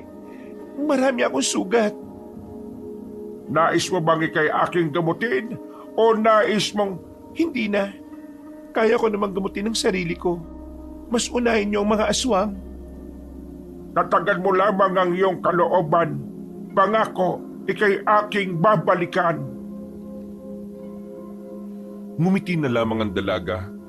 Agad naman nang lumarga sila Mang Tasyo patungo sa kabilang parte ng gubat. Sa puntong ito, kampante na sila na kahit papano, kakayanin na rin nilang tapatan ang bilang ng mga aswang. Hindi rin kasi pangkaraniwan ng mga tauhan ng senyora. Kakaiba ang naging training ng mga yon. Lahat ng kanilang pinagsanayan ay para lang talaga sa kung papaano makakapaslang ng aswang. Hindi nagtagal, narating na rin nila ang area kung saan hinihinala nilang dadaan ang kanilang mga kalaban. Huminto sila at nagtago sa likuran ng mga puno't halaman. Nakikiramdam sila. Matinding konsentrasyon ang ginawa ni Mang Tasyo para lamang malaman kung nasaan na ang lokasyon ng mga aswang. Ihanda ang sarili at maging alerto. Paparating na ang mga demonyo. Bumuntong hininga si Mang Tasyo. Habang naghihintay, nagsagawa na naman ito ng isang mabilisang ritual. Diwatang malandi na kasintahan ng kapring hindi patuli. Nilalang na puti na medyo may pagkabingi. Ipagkaloob sana ang ninanais na kapangyarihan. Mga kalabang paparating, layasan ng kamalayan. Lo, anong pinagsasabi mo na diwatang malandi? Yun ay ang ritual ng kamalayan. Ating presensya ay hindi nila mararamdaman. Perpektong paraan para sa sorpresang tambang. Isang pamamaraan na hindi nababatid ng aswang. Ibig sabihin, Lo, yung ritual na yun para maitago niya ang mga presensya natin sa mga aswang. Nang sa ganun makakagawa kaagad tayo ng pag-atake nang hindi nila namamalayan? Alam namin, inulit mo lang eh. Makalipas pa ang halos 2 minuto, nakakarinig na si Mang Tasyo ng mga yabag ng paa. Habang tumatagal, palakas ng palakas yun. Isang sinyalis na malapit na rin ang mga kalaban nila sa kanilang kinalalagyan. Isa, dalawa, nandito na sila. Nakita nilang mas marami ang mga aswang na dumating. Hindi nila inaasahan na ganun karami ang mga aswang na makakalaban nila. Ang pagkakaalam lang nila ay kasing dami lang din ng kanilang bilang. This is not the expected numbers, Tasyo. Huwag ka mag-alala, kaibigan. Tiwala lamang ang kailangan. Well, we had no choice but to do this. Nang nasa mismong harapan na nila ang mga aswang, sumigaw na si Senyora Mirna. Kill them all! Lumabas sa mga tauhan ni Senyora Mirna na siyang unang humarap sa mga nasa unahan. Ang mga nasa gitna naman ay kaagad na pinuntahan ng 3 binata kasama si Senyora Mirna. Habang si Mang Tasyo naman ay agad na tinungo ang bandang likuran. Nagbabakasakali itong makita roon ang Supremo na si Antonio. Pero wala siyang maramdaman na presensya ng Supremo. Kaya naman pinagbuntungan na lamang niya ang mga aswang na gabunan. Mga aswang na gabunan, ngayon ko lamang kayo nakaharap. Kaya naman huwag sana kayong kukurap dahil sa isang iglap kayo ay... Hindi pa natatapos ni Mang Tasyo ang kanyang sasabihin nang maramdaman na niya ang isang gabunan na nasa kanyang likuran. Hinuwakan siya nito sa damit. Malakas siyang hinila at binalibag sa lapag. Tumama ang likuran ng matandang makata sa makapal na ugat ng puno. Pero agad din namang itong nakabangon at parang wala lang nangyari. Hindi na masama ang ibalibag ako'y medyo nakakabigla. Mga gabunan na aswang, mga uri ng nilalang na parang timang. Wala kayong binatmat sa akin mga hibang. Tikman nyo ang ganti ng Tasyong Lawindang. Inambana ng matandang lalaki ang kanyang espada sa ere. Sa hindi malamang dahilan, bigla na namang nagkaroon ng kakaibang bilis ang makatang albularyo. Ikinagulat yun ng mga aswang. Napukaw niya ang atensyon ng lahat. Lalo na nang magkaroon ng malakas na hangin sa kinaroroonan nila. Yes, the real Tasyo is back. It's showtime! Sa isang hagupit, maraming gabunan agad ang tinamaan. Tumilapon ang mga yon at karamihan sa kanila ay nagkaroon ng malalim na hiwa sa katawan. Hindi pa nakontento ang matanda. Agad niyang tinuluyan ng mga naghihingalo. Tunay ngang mga mahihina ay nagnanais ng kalaban na malakas. Ngunit pasensya na mga mahal na ungas. Kailan may ang mga tulad nyo hindi uubra. Magsuot na lamang kayo ng panty at bra. Kanya ba talaga ka ba dito mula si Lolo? Mas magaling pa yata ako dyan eh. Si Lolo, katauhan na niya yan. Isipin mo na lang kung gaano karaming tugma ang ginagawa niya sa isang araw. Sa ginawa ng makatang albularyo, sandaling natigilan ng lahat ng mga natitirang aswang at tila nagkaroon ng pag-aalinlangan ng mga yon. Malaya kayong makakaalis upang makarating ang mensahe ko sa Supremong Magalis. Natatakot ang mga aswang nang mag-atrasa na ang mga yon. Sa halos 50 aswang na kinalaban nila, hindi nalalagpas sa 10 ang mga natira. Ang pangyayaring yun ay isang malaking sampal para sa mga aswang. Kahit na naipanalo nila ang sandaling yun, hindi nila ito matatawag na tagumpay. Dahil batid ni Mang Tasyo na kung siya ay lumakas, mas lalakas din ang kanyang kalabang supremo. Marahil kailangan na muna nating umuwi. Mga kasamahang nagalusan ay gamutin ng madali. Mauna na kayo sa ating baryo. Babalikan ko lamang ang binibini ng buhay ko. Ikaw nga Lo, umaming ka ha. Nakakagusto ka na ba kay Almira? Baka nakakalimutan mo, aswang pa rin yun. Ang tunay na pag-ibig ay hindi marunong pumili. Kung kanino titibok ang puso'y yun ang magwawagi. Pagkakaiba ng mundo ay hindi makakahadlang. Basta't ang damdamin ay hindi nahihibang. Marahil kayo ay nagtataka dahil biglang minahal ang binibining mukhang tanga. Maging ako man ay hindi ko rin batid. Pangalan niya ay laging bukang bibig. Diyos ko naman Lolo, gusto ko lang paalala ha, lahat ng umiibig ay nagiging tanga. Bigla ako nag-alala, sa emosyonal mong masyado kang nagpapadala. Hindi mo ba naiisip, hindi ka niya magugustuhan kahit sa panaginip? Kaya wag nang ipilit, ang mamaling kanya ay parang singsing na kung sutin ay pinipilit. Ituon mo ang atensyon mo sa misyon, wag kang magdagdag ng konsumisyon. Lolo, iba ang inyong mundo. Alam natin pareho na masasaktan ka lamang sa dulo. Boom! Basag! Gagatong ka pa para kang tanga eh.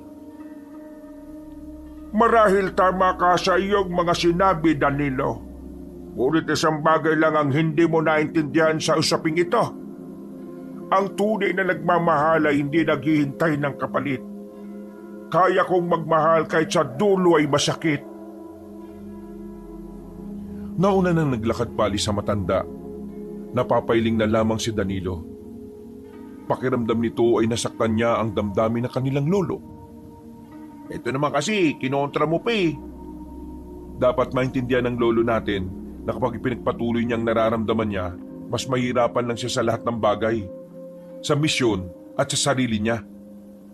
Ito naman kasi si Lolo eh. Nung nakaraan naman, wala naman akong napapansin na kakaiba sa kanya. Tapos ngayon, mahal na agad niya si Almira. Pambihira. O tara na, sundan na lang natin si Lolo. Senyora Mirna, you go first to the barrio. We follow later after the Lolo Tasio go with us na to uwi ha. Okay, I understand. Just take care of my friend. Sinundan nila ang kanilang lolo sa paglalakad. Pero nang puntahan nila ang pinag-iwanan nila kay Almira, nagtaka sila dahil wala nang dalaga roon. Lo, nasan si Almira? Tanging ang mga bakas na lamang ng kanyang dugo ang aking inabutan. Aking nararamdaman, dinukot siya ng mga kalaban. Anong gagawin natin ngayon? Babalik tayo sa ating tahanan. Ipagdasal na lamang ang kanyang kaligtasan. Ayos lang ba kay Lolo? Pasensya kung nasaktan ka sa mga sinabi ko kanina. Nag-alala lang naman kasi ako sa iyo eh. Wala kang ginawang mali. Gusto ko na lamang umuwi. Baka roon ay kakayanin ko nang ngumiti. Gagi, broken-hearted si Lolo. Eh ikaw kasi. Nang makauwi na sila sa kanilang baryo, naririnig nilang masaya ang mga residente. Nabalitaan kasi ng mga yon na napigilan ang paglapit ng aswang sa kanilang lugar. Pero habang nagdiriwang ang lahat, kapansin-pansin naman ang pagiging matamlay ng matandang si Tasio. Nag-iisip ito ng kung ano-ano. Hindi maalis sa isipan nito kung ano ang kalagayan ng dalagang si Almira. Labis siyang nag-aalala. Sa ilang araw kasing nakalipas, napagtanto ng matandang si Tasio na iba pala ang tingin niya kay Almira. Ang pagiging malambing at mabait sa kanya ng dalaga ay nagdulot ng pag-asa sa kanya. Pero sa kabilang banda, naiisip din naman niya ang mga sinabi ni Danilo. Batid niyang may punto ang kanyang siraulong apo. Pero hindi niya pa rin maiwasang hindi masaktan. Lo, lalim nang iniisip mo ha. Si Almira ba? Tama ka ng hinala. Labis lamang akong nag-aalala. Lo, wala naman talagang mali kapag nagmahal ka. Pero binigla mo kami. Bet mo pala si Almira, hindi ka nagsasabi. Pero Lo, Naiintindihan ko nararamdaman nyo. Naranasan ko na yan eh. Ang magmahal lang hindi sa'yo nakatadhana. Hindi Lo. Naranasan ko na rin matulala ng ganyang katagal. Nais kong magwakas na ang kaguluhan ito. Nang sa ganon, ang kapayapaan ay maghari na sa isip ng mga tao. At para maligawan mo na si Almira.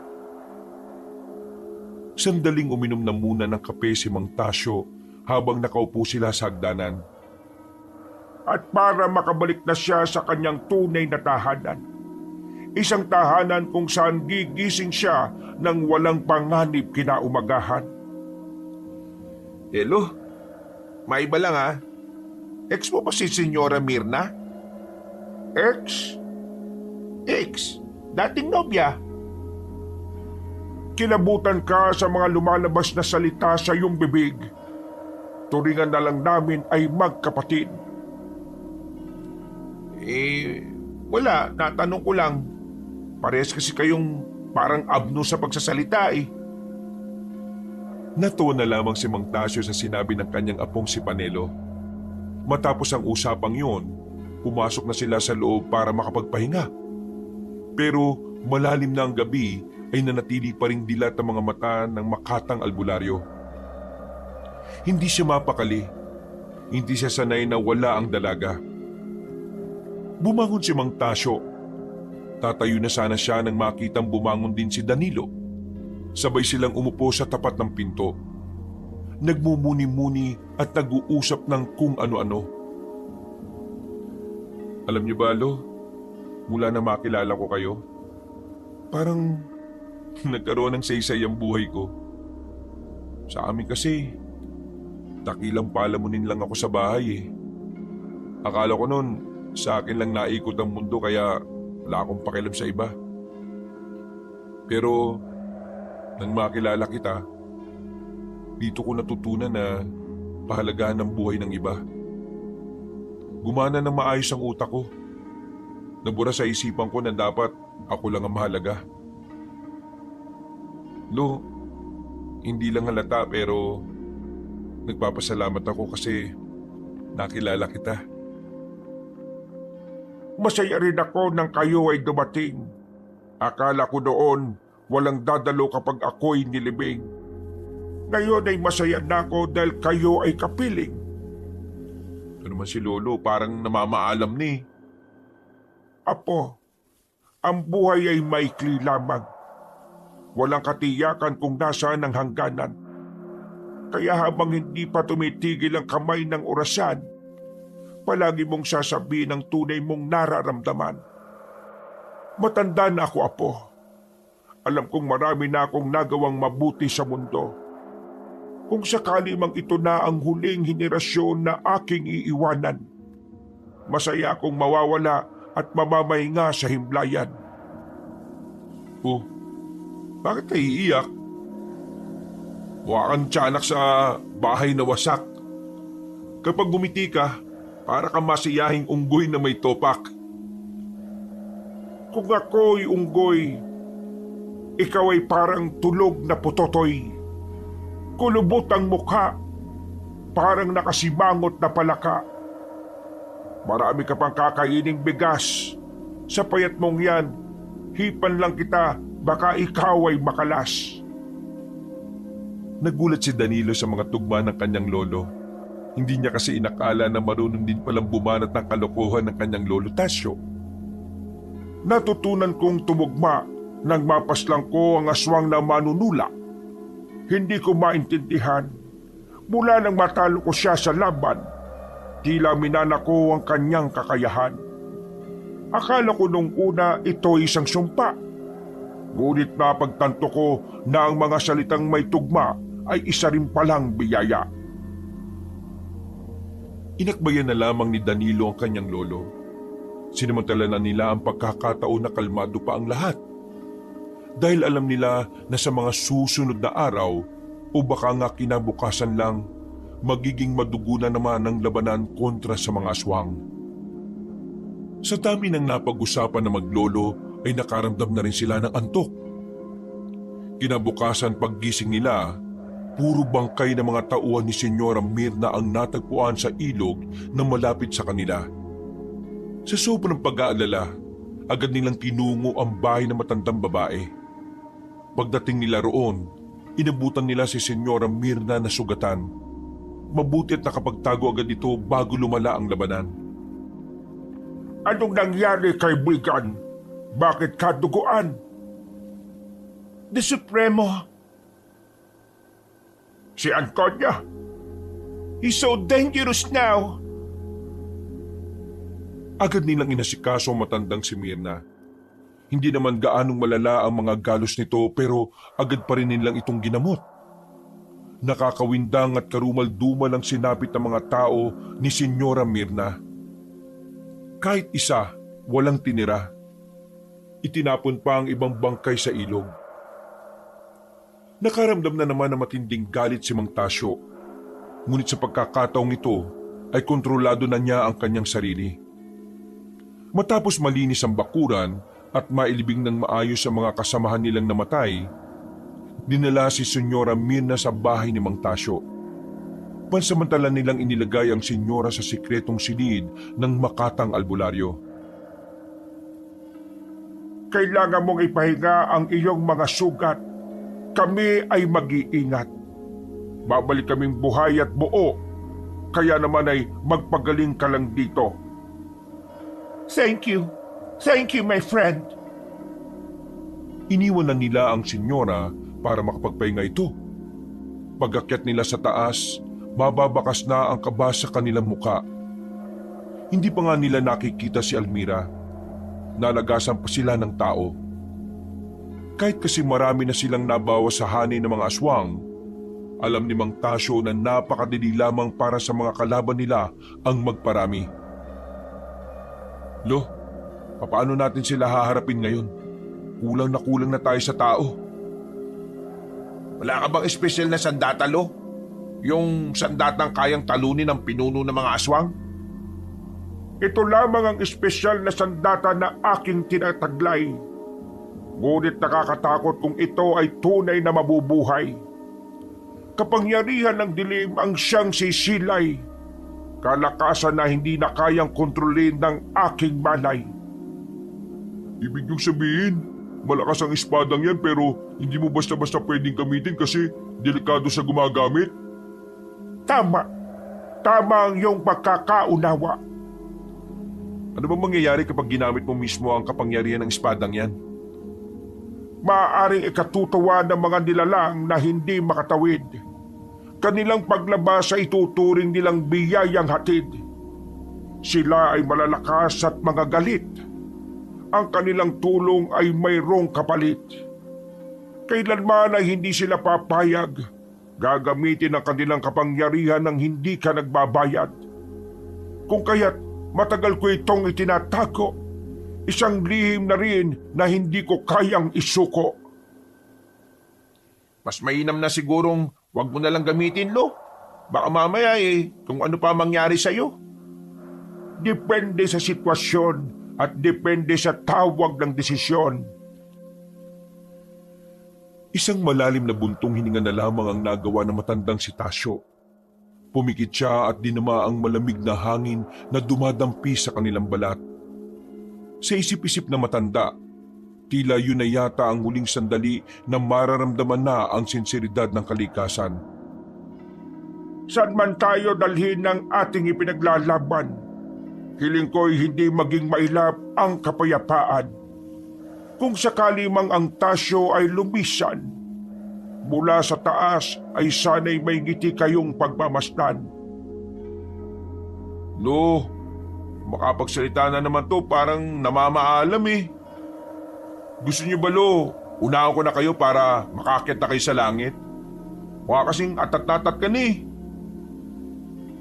Bagyang nainis si Danilo sa napapadalas na pagpapahiwatig ng kanyang lolo. Pero iniintindi na lamang niya ito at sinusubukang maging handa sa kung anuman ang sasapitin nito. Sumapit ang tanghali. Isang liham ang natanggap nila mula sa isang karterong hindi mo pa tinatanong ay may sinasagot na. Lo, sulat. Galing sa wala namang nakalagay na pangalan.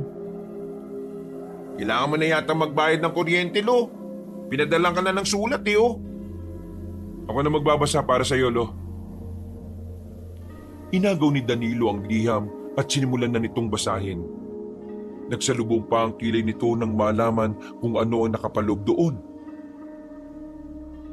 Magandang araw, Ginoong Tasyo. Ang iniibig mong dilag ay hawak ko.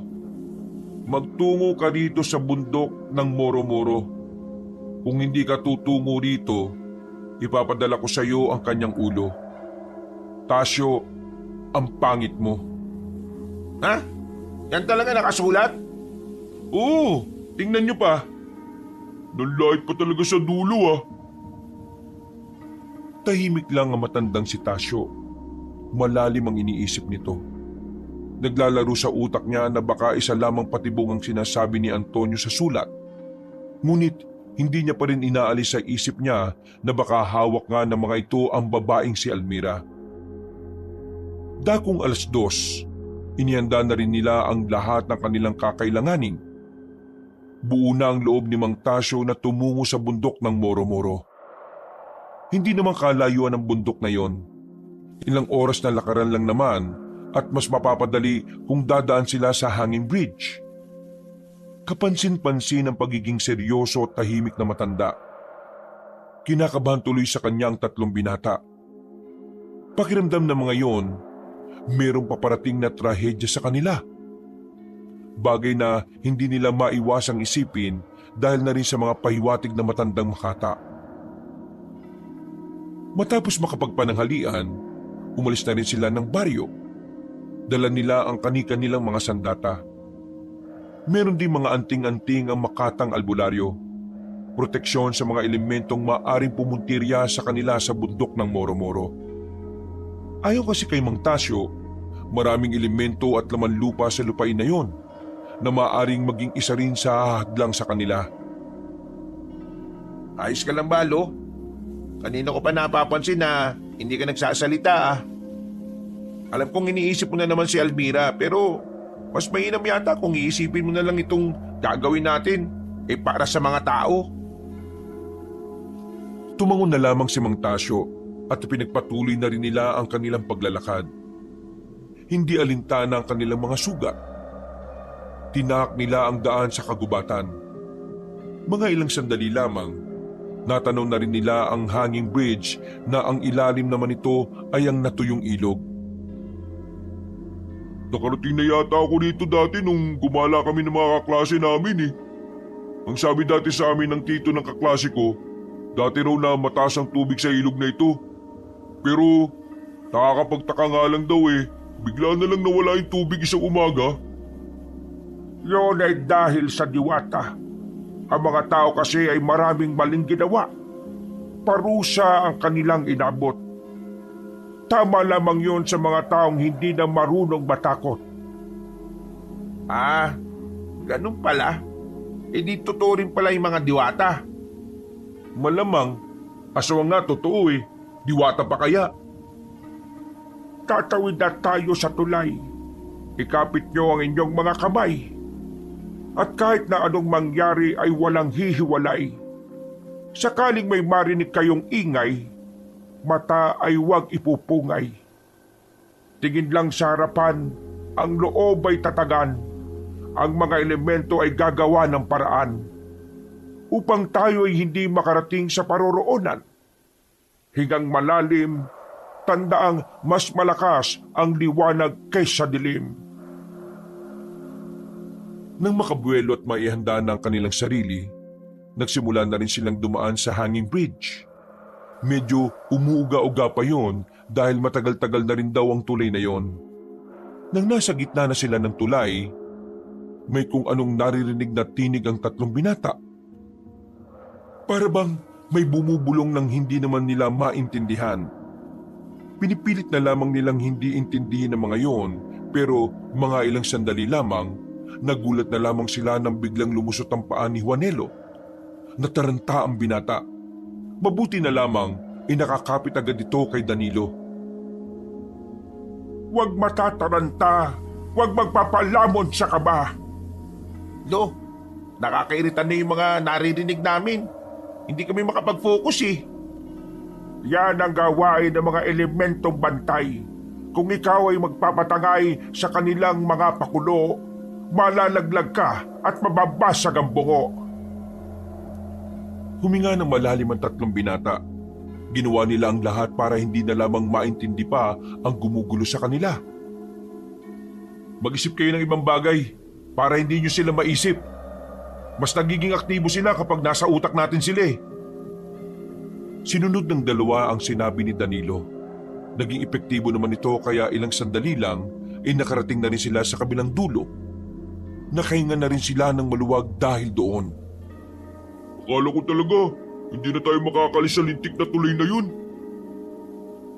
Mas maganda natin ang pagsapit ng dilim dahil tsak na kapag wala ng liwanag, ang tulay na ito ay tatambayan ng mga nilalang na karimari-marim.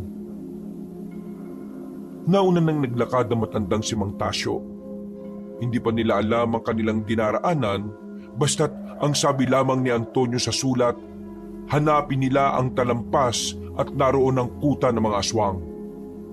Uy, Lo, ayos lang ba kayo? Teka, magpahinga kaya muna tayo. Hiningal na tong lolo natin, oh.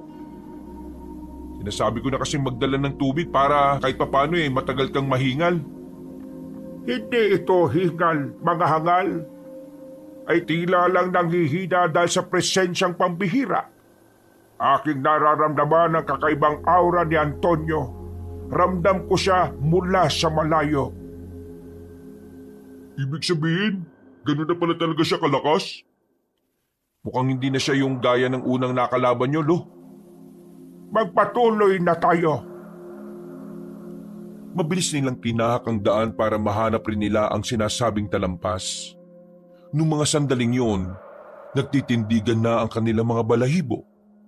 Isang sinyalis lamang na nalalapit na sila sa kuta ng mga aswang.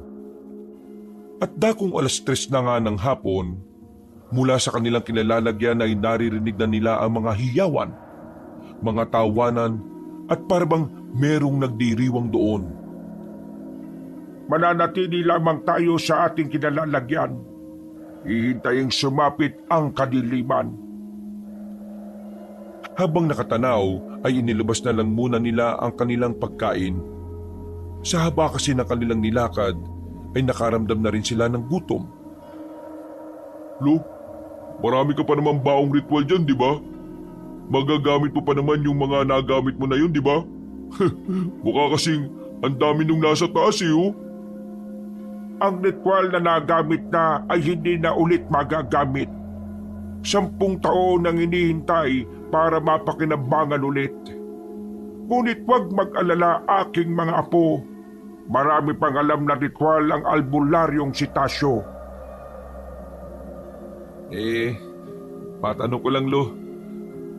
Ganun ba talaga mga salita na binibigkas mo sa ritual? Parang pangsiraulo eh. Diwatang malandi, bla bla bla bla. Yun ang nakalagay sa libro. Sinusunod ko lamang kung ano ang nabasa ko. Kung sa bagay, ikaw naman yan eh. Muli silang napatanaw sa itaas. Naririnig pa rin nila ang mga nagkakasiyahan doon. Ayon kay Mang Tasyo, walang duda na ang mga naroon ay mga aswang. Ramdam na matanda ang presensya ng mga aswang. Lalo na ang nag-uumapaw na presensya ng matandang lalaki na si Antonio. Maya-maya pa, natapos na rin silang kumain. Kanya-kanya na silang hugot ng kanilang mga espada. Bago sila umalis, ay nagsagawa na naman ng ritual ang matandang makata. Galaw ng unggoy na mahinhin, hakbang na hindi kailanman didiin. Lo, para saan naman yung unggoy na mahinhin? Ito'y para hindi nila maramdaman ang ating mga yabag. Hindi ka maririnig kahit maghilot ka pa ng libag. Ang sinasabi ni Lolo, hindi tayo maririnig ng mga aswang kahit anong galaw natin. Hindi tayo maririnig, ngunit maaaring matanaw. Utak mo'y butaw kung ikaw din ay sisigaw. Daming explanation ah. Tara na nga. Hakbang pa sana sila pero nagulat na lamang silang maglololo nang maramdamang may tumusok na sa kanilang leeg. Para bang karayom na nagdulot ng pagkahilo sa kanila. Mga tanga nga po! Nagmana sa lolo! Pagkatapos magritual, nakuha pang magdaldal. Ngayon kayo ay bihag para kayong tao na yari sa libag. Nagtawanan ng mga aswang sa sinabing yun ng kanilang pinuno sa hanay. Wala nang nagawa sila Mang Tasyo dahil hindi na rin naman sila makagalaw. Ang huli na lamang nilang nakita ay tumutula na rin ng mga lalaking aswang. Isang tula na pang-iinsulto sa kanilang pagkatao. Nagising sila na magkakatabi. Mga nakagapos, sa harapan nila ay ang dalagang si Almira. Hinang-hina at namayat. Walang hiya ka. Ano ang ginawa mo sa kanya? Ano at hinang-hina siya? Nagising na rin ang diwa ng mga binata dahil sa malakas na pagkakasabi ng makatang matanda. Dahil isa siyang traidor, inalis ko sa kanya ang dugo ng pagiging aswang. Isa na lamang siyang tao na walang silbi. Isang pagkain ng mga nagugutom kong alaga. Ganyan ang ginagawa sa mga taong hindi nakakatulong sa pagunlad naming mga aswang. Walang hiya ka! Pakawalan mo siya! Wala sa kinalaman dito! Kapag ako nakatakas dito! Lo! Napatigil ang kanyang lolo sa sigaw na yun ni Danilo. Napapansin na naman kasi nilang tila nawawala na naman sa wisyo ang matanda. Mabuti na lamang ay agad itong nakabalik sa katinuan. Ako lamang ang kalaban mo, ngunit bakit mo idadamay ang binibini? Isa ka talagang duwag, mukha ka pang buni. Kung talagang ikaw ay matapang, ako ay pakawalan. Labanan mo ako sa tugmaan. Sandaling napaisip si Antonio.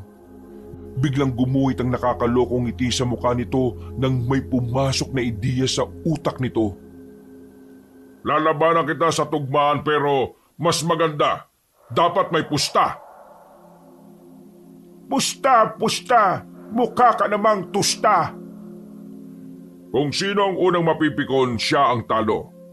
At kapag ako ang nanalo, papaslangin ko ang mga apo mo. Pero kapag ikaw ang nanalo, mapapasayo ang walang kwentang babae na ito. Sandaling tumingin si Mang Tasyo sa kanyang mga apo. Baka sa mukha ng mga binata na pumapayag ito sa gustong mangyari ng supremo ng mga aswang. Kung gayon, simulan na natin. Ikaw ang mauna, Antonio. Naglakad si Antonio palapit sa mga nakagapos na maglololo. Naglahad ito ng kamay na parabang isa talagang ganap na manunula sa entablado. O Tasyo, Tasyo, Tasyo, sa aking mga sasabihin, para kang lalamunin ng buhay. Bakit ganyan ka tumingin, mukha kang alimango na may saklay? Napakababaw ng mga lumalabas sa iyong bibig. Anong saklay ng alimango kaya nun lumakad ng pagilid? Palibhasa, para kang namamagang gilagid. Ikaw lang yung aswang na pwedeng tawaging alipin sa gigilid. Wow, Bars! Manahimik ka! Audience ka lang! Kita nilang tila malapit nang mapikon si Antonio. Kahit nakakaunti pa lang ang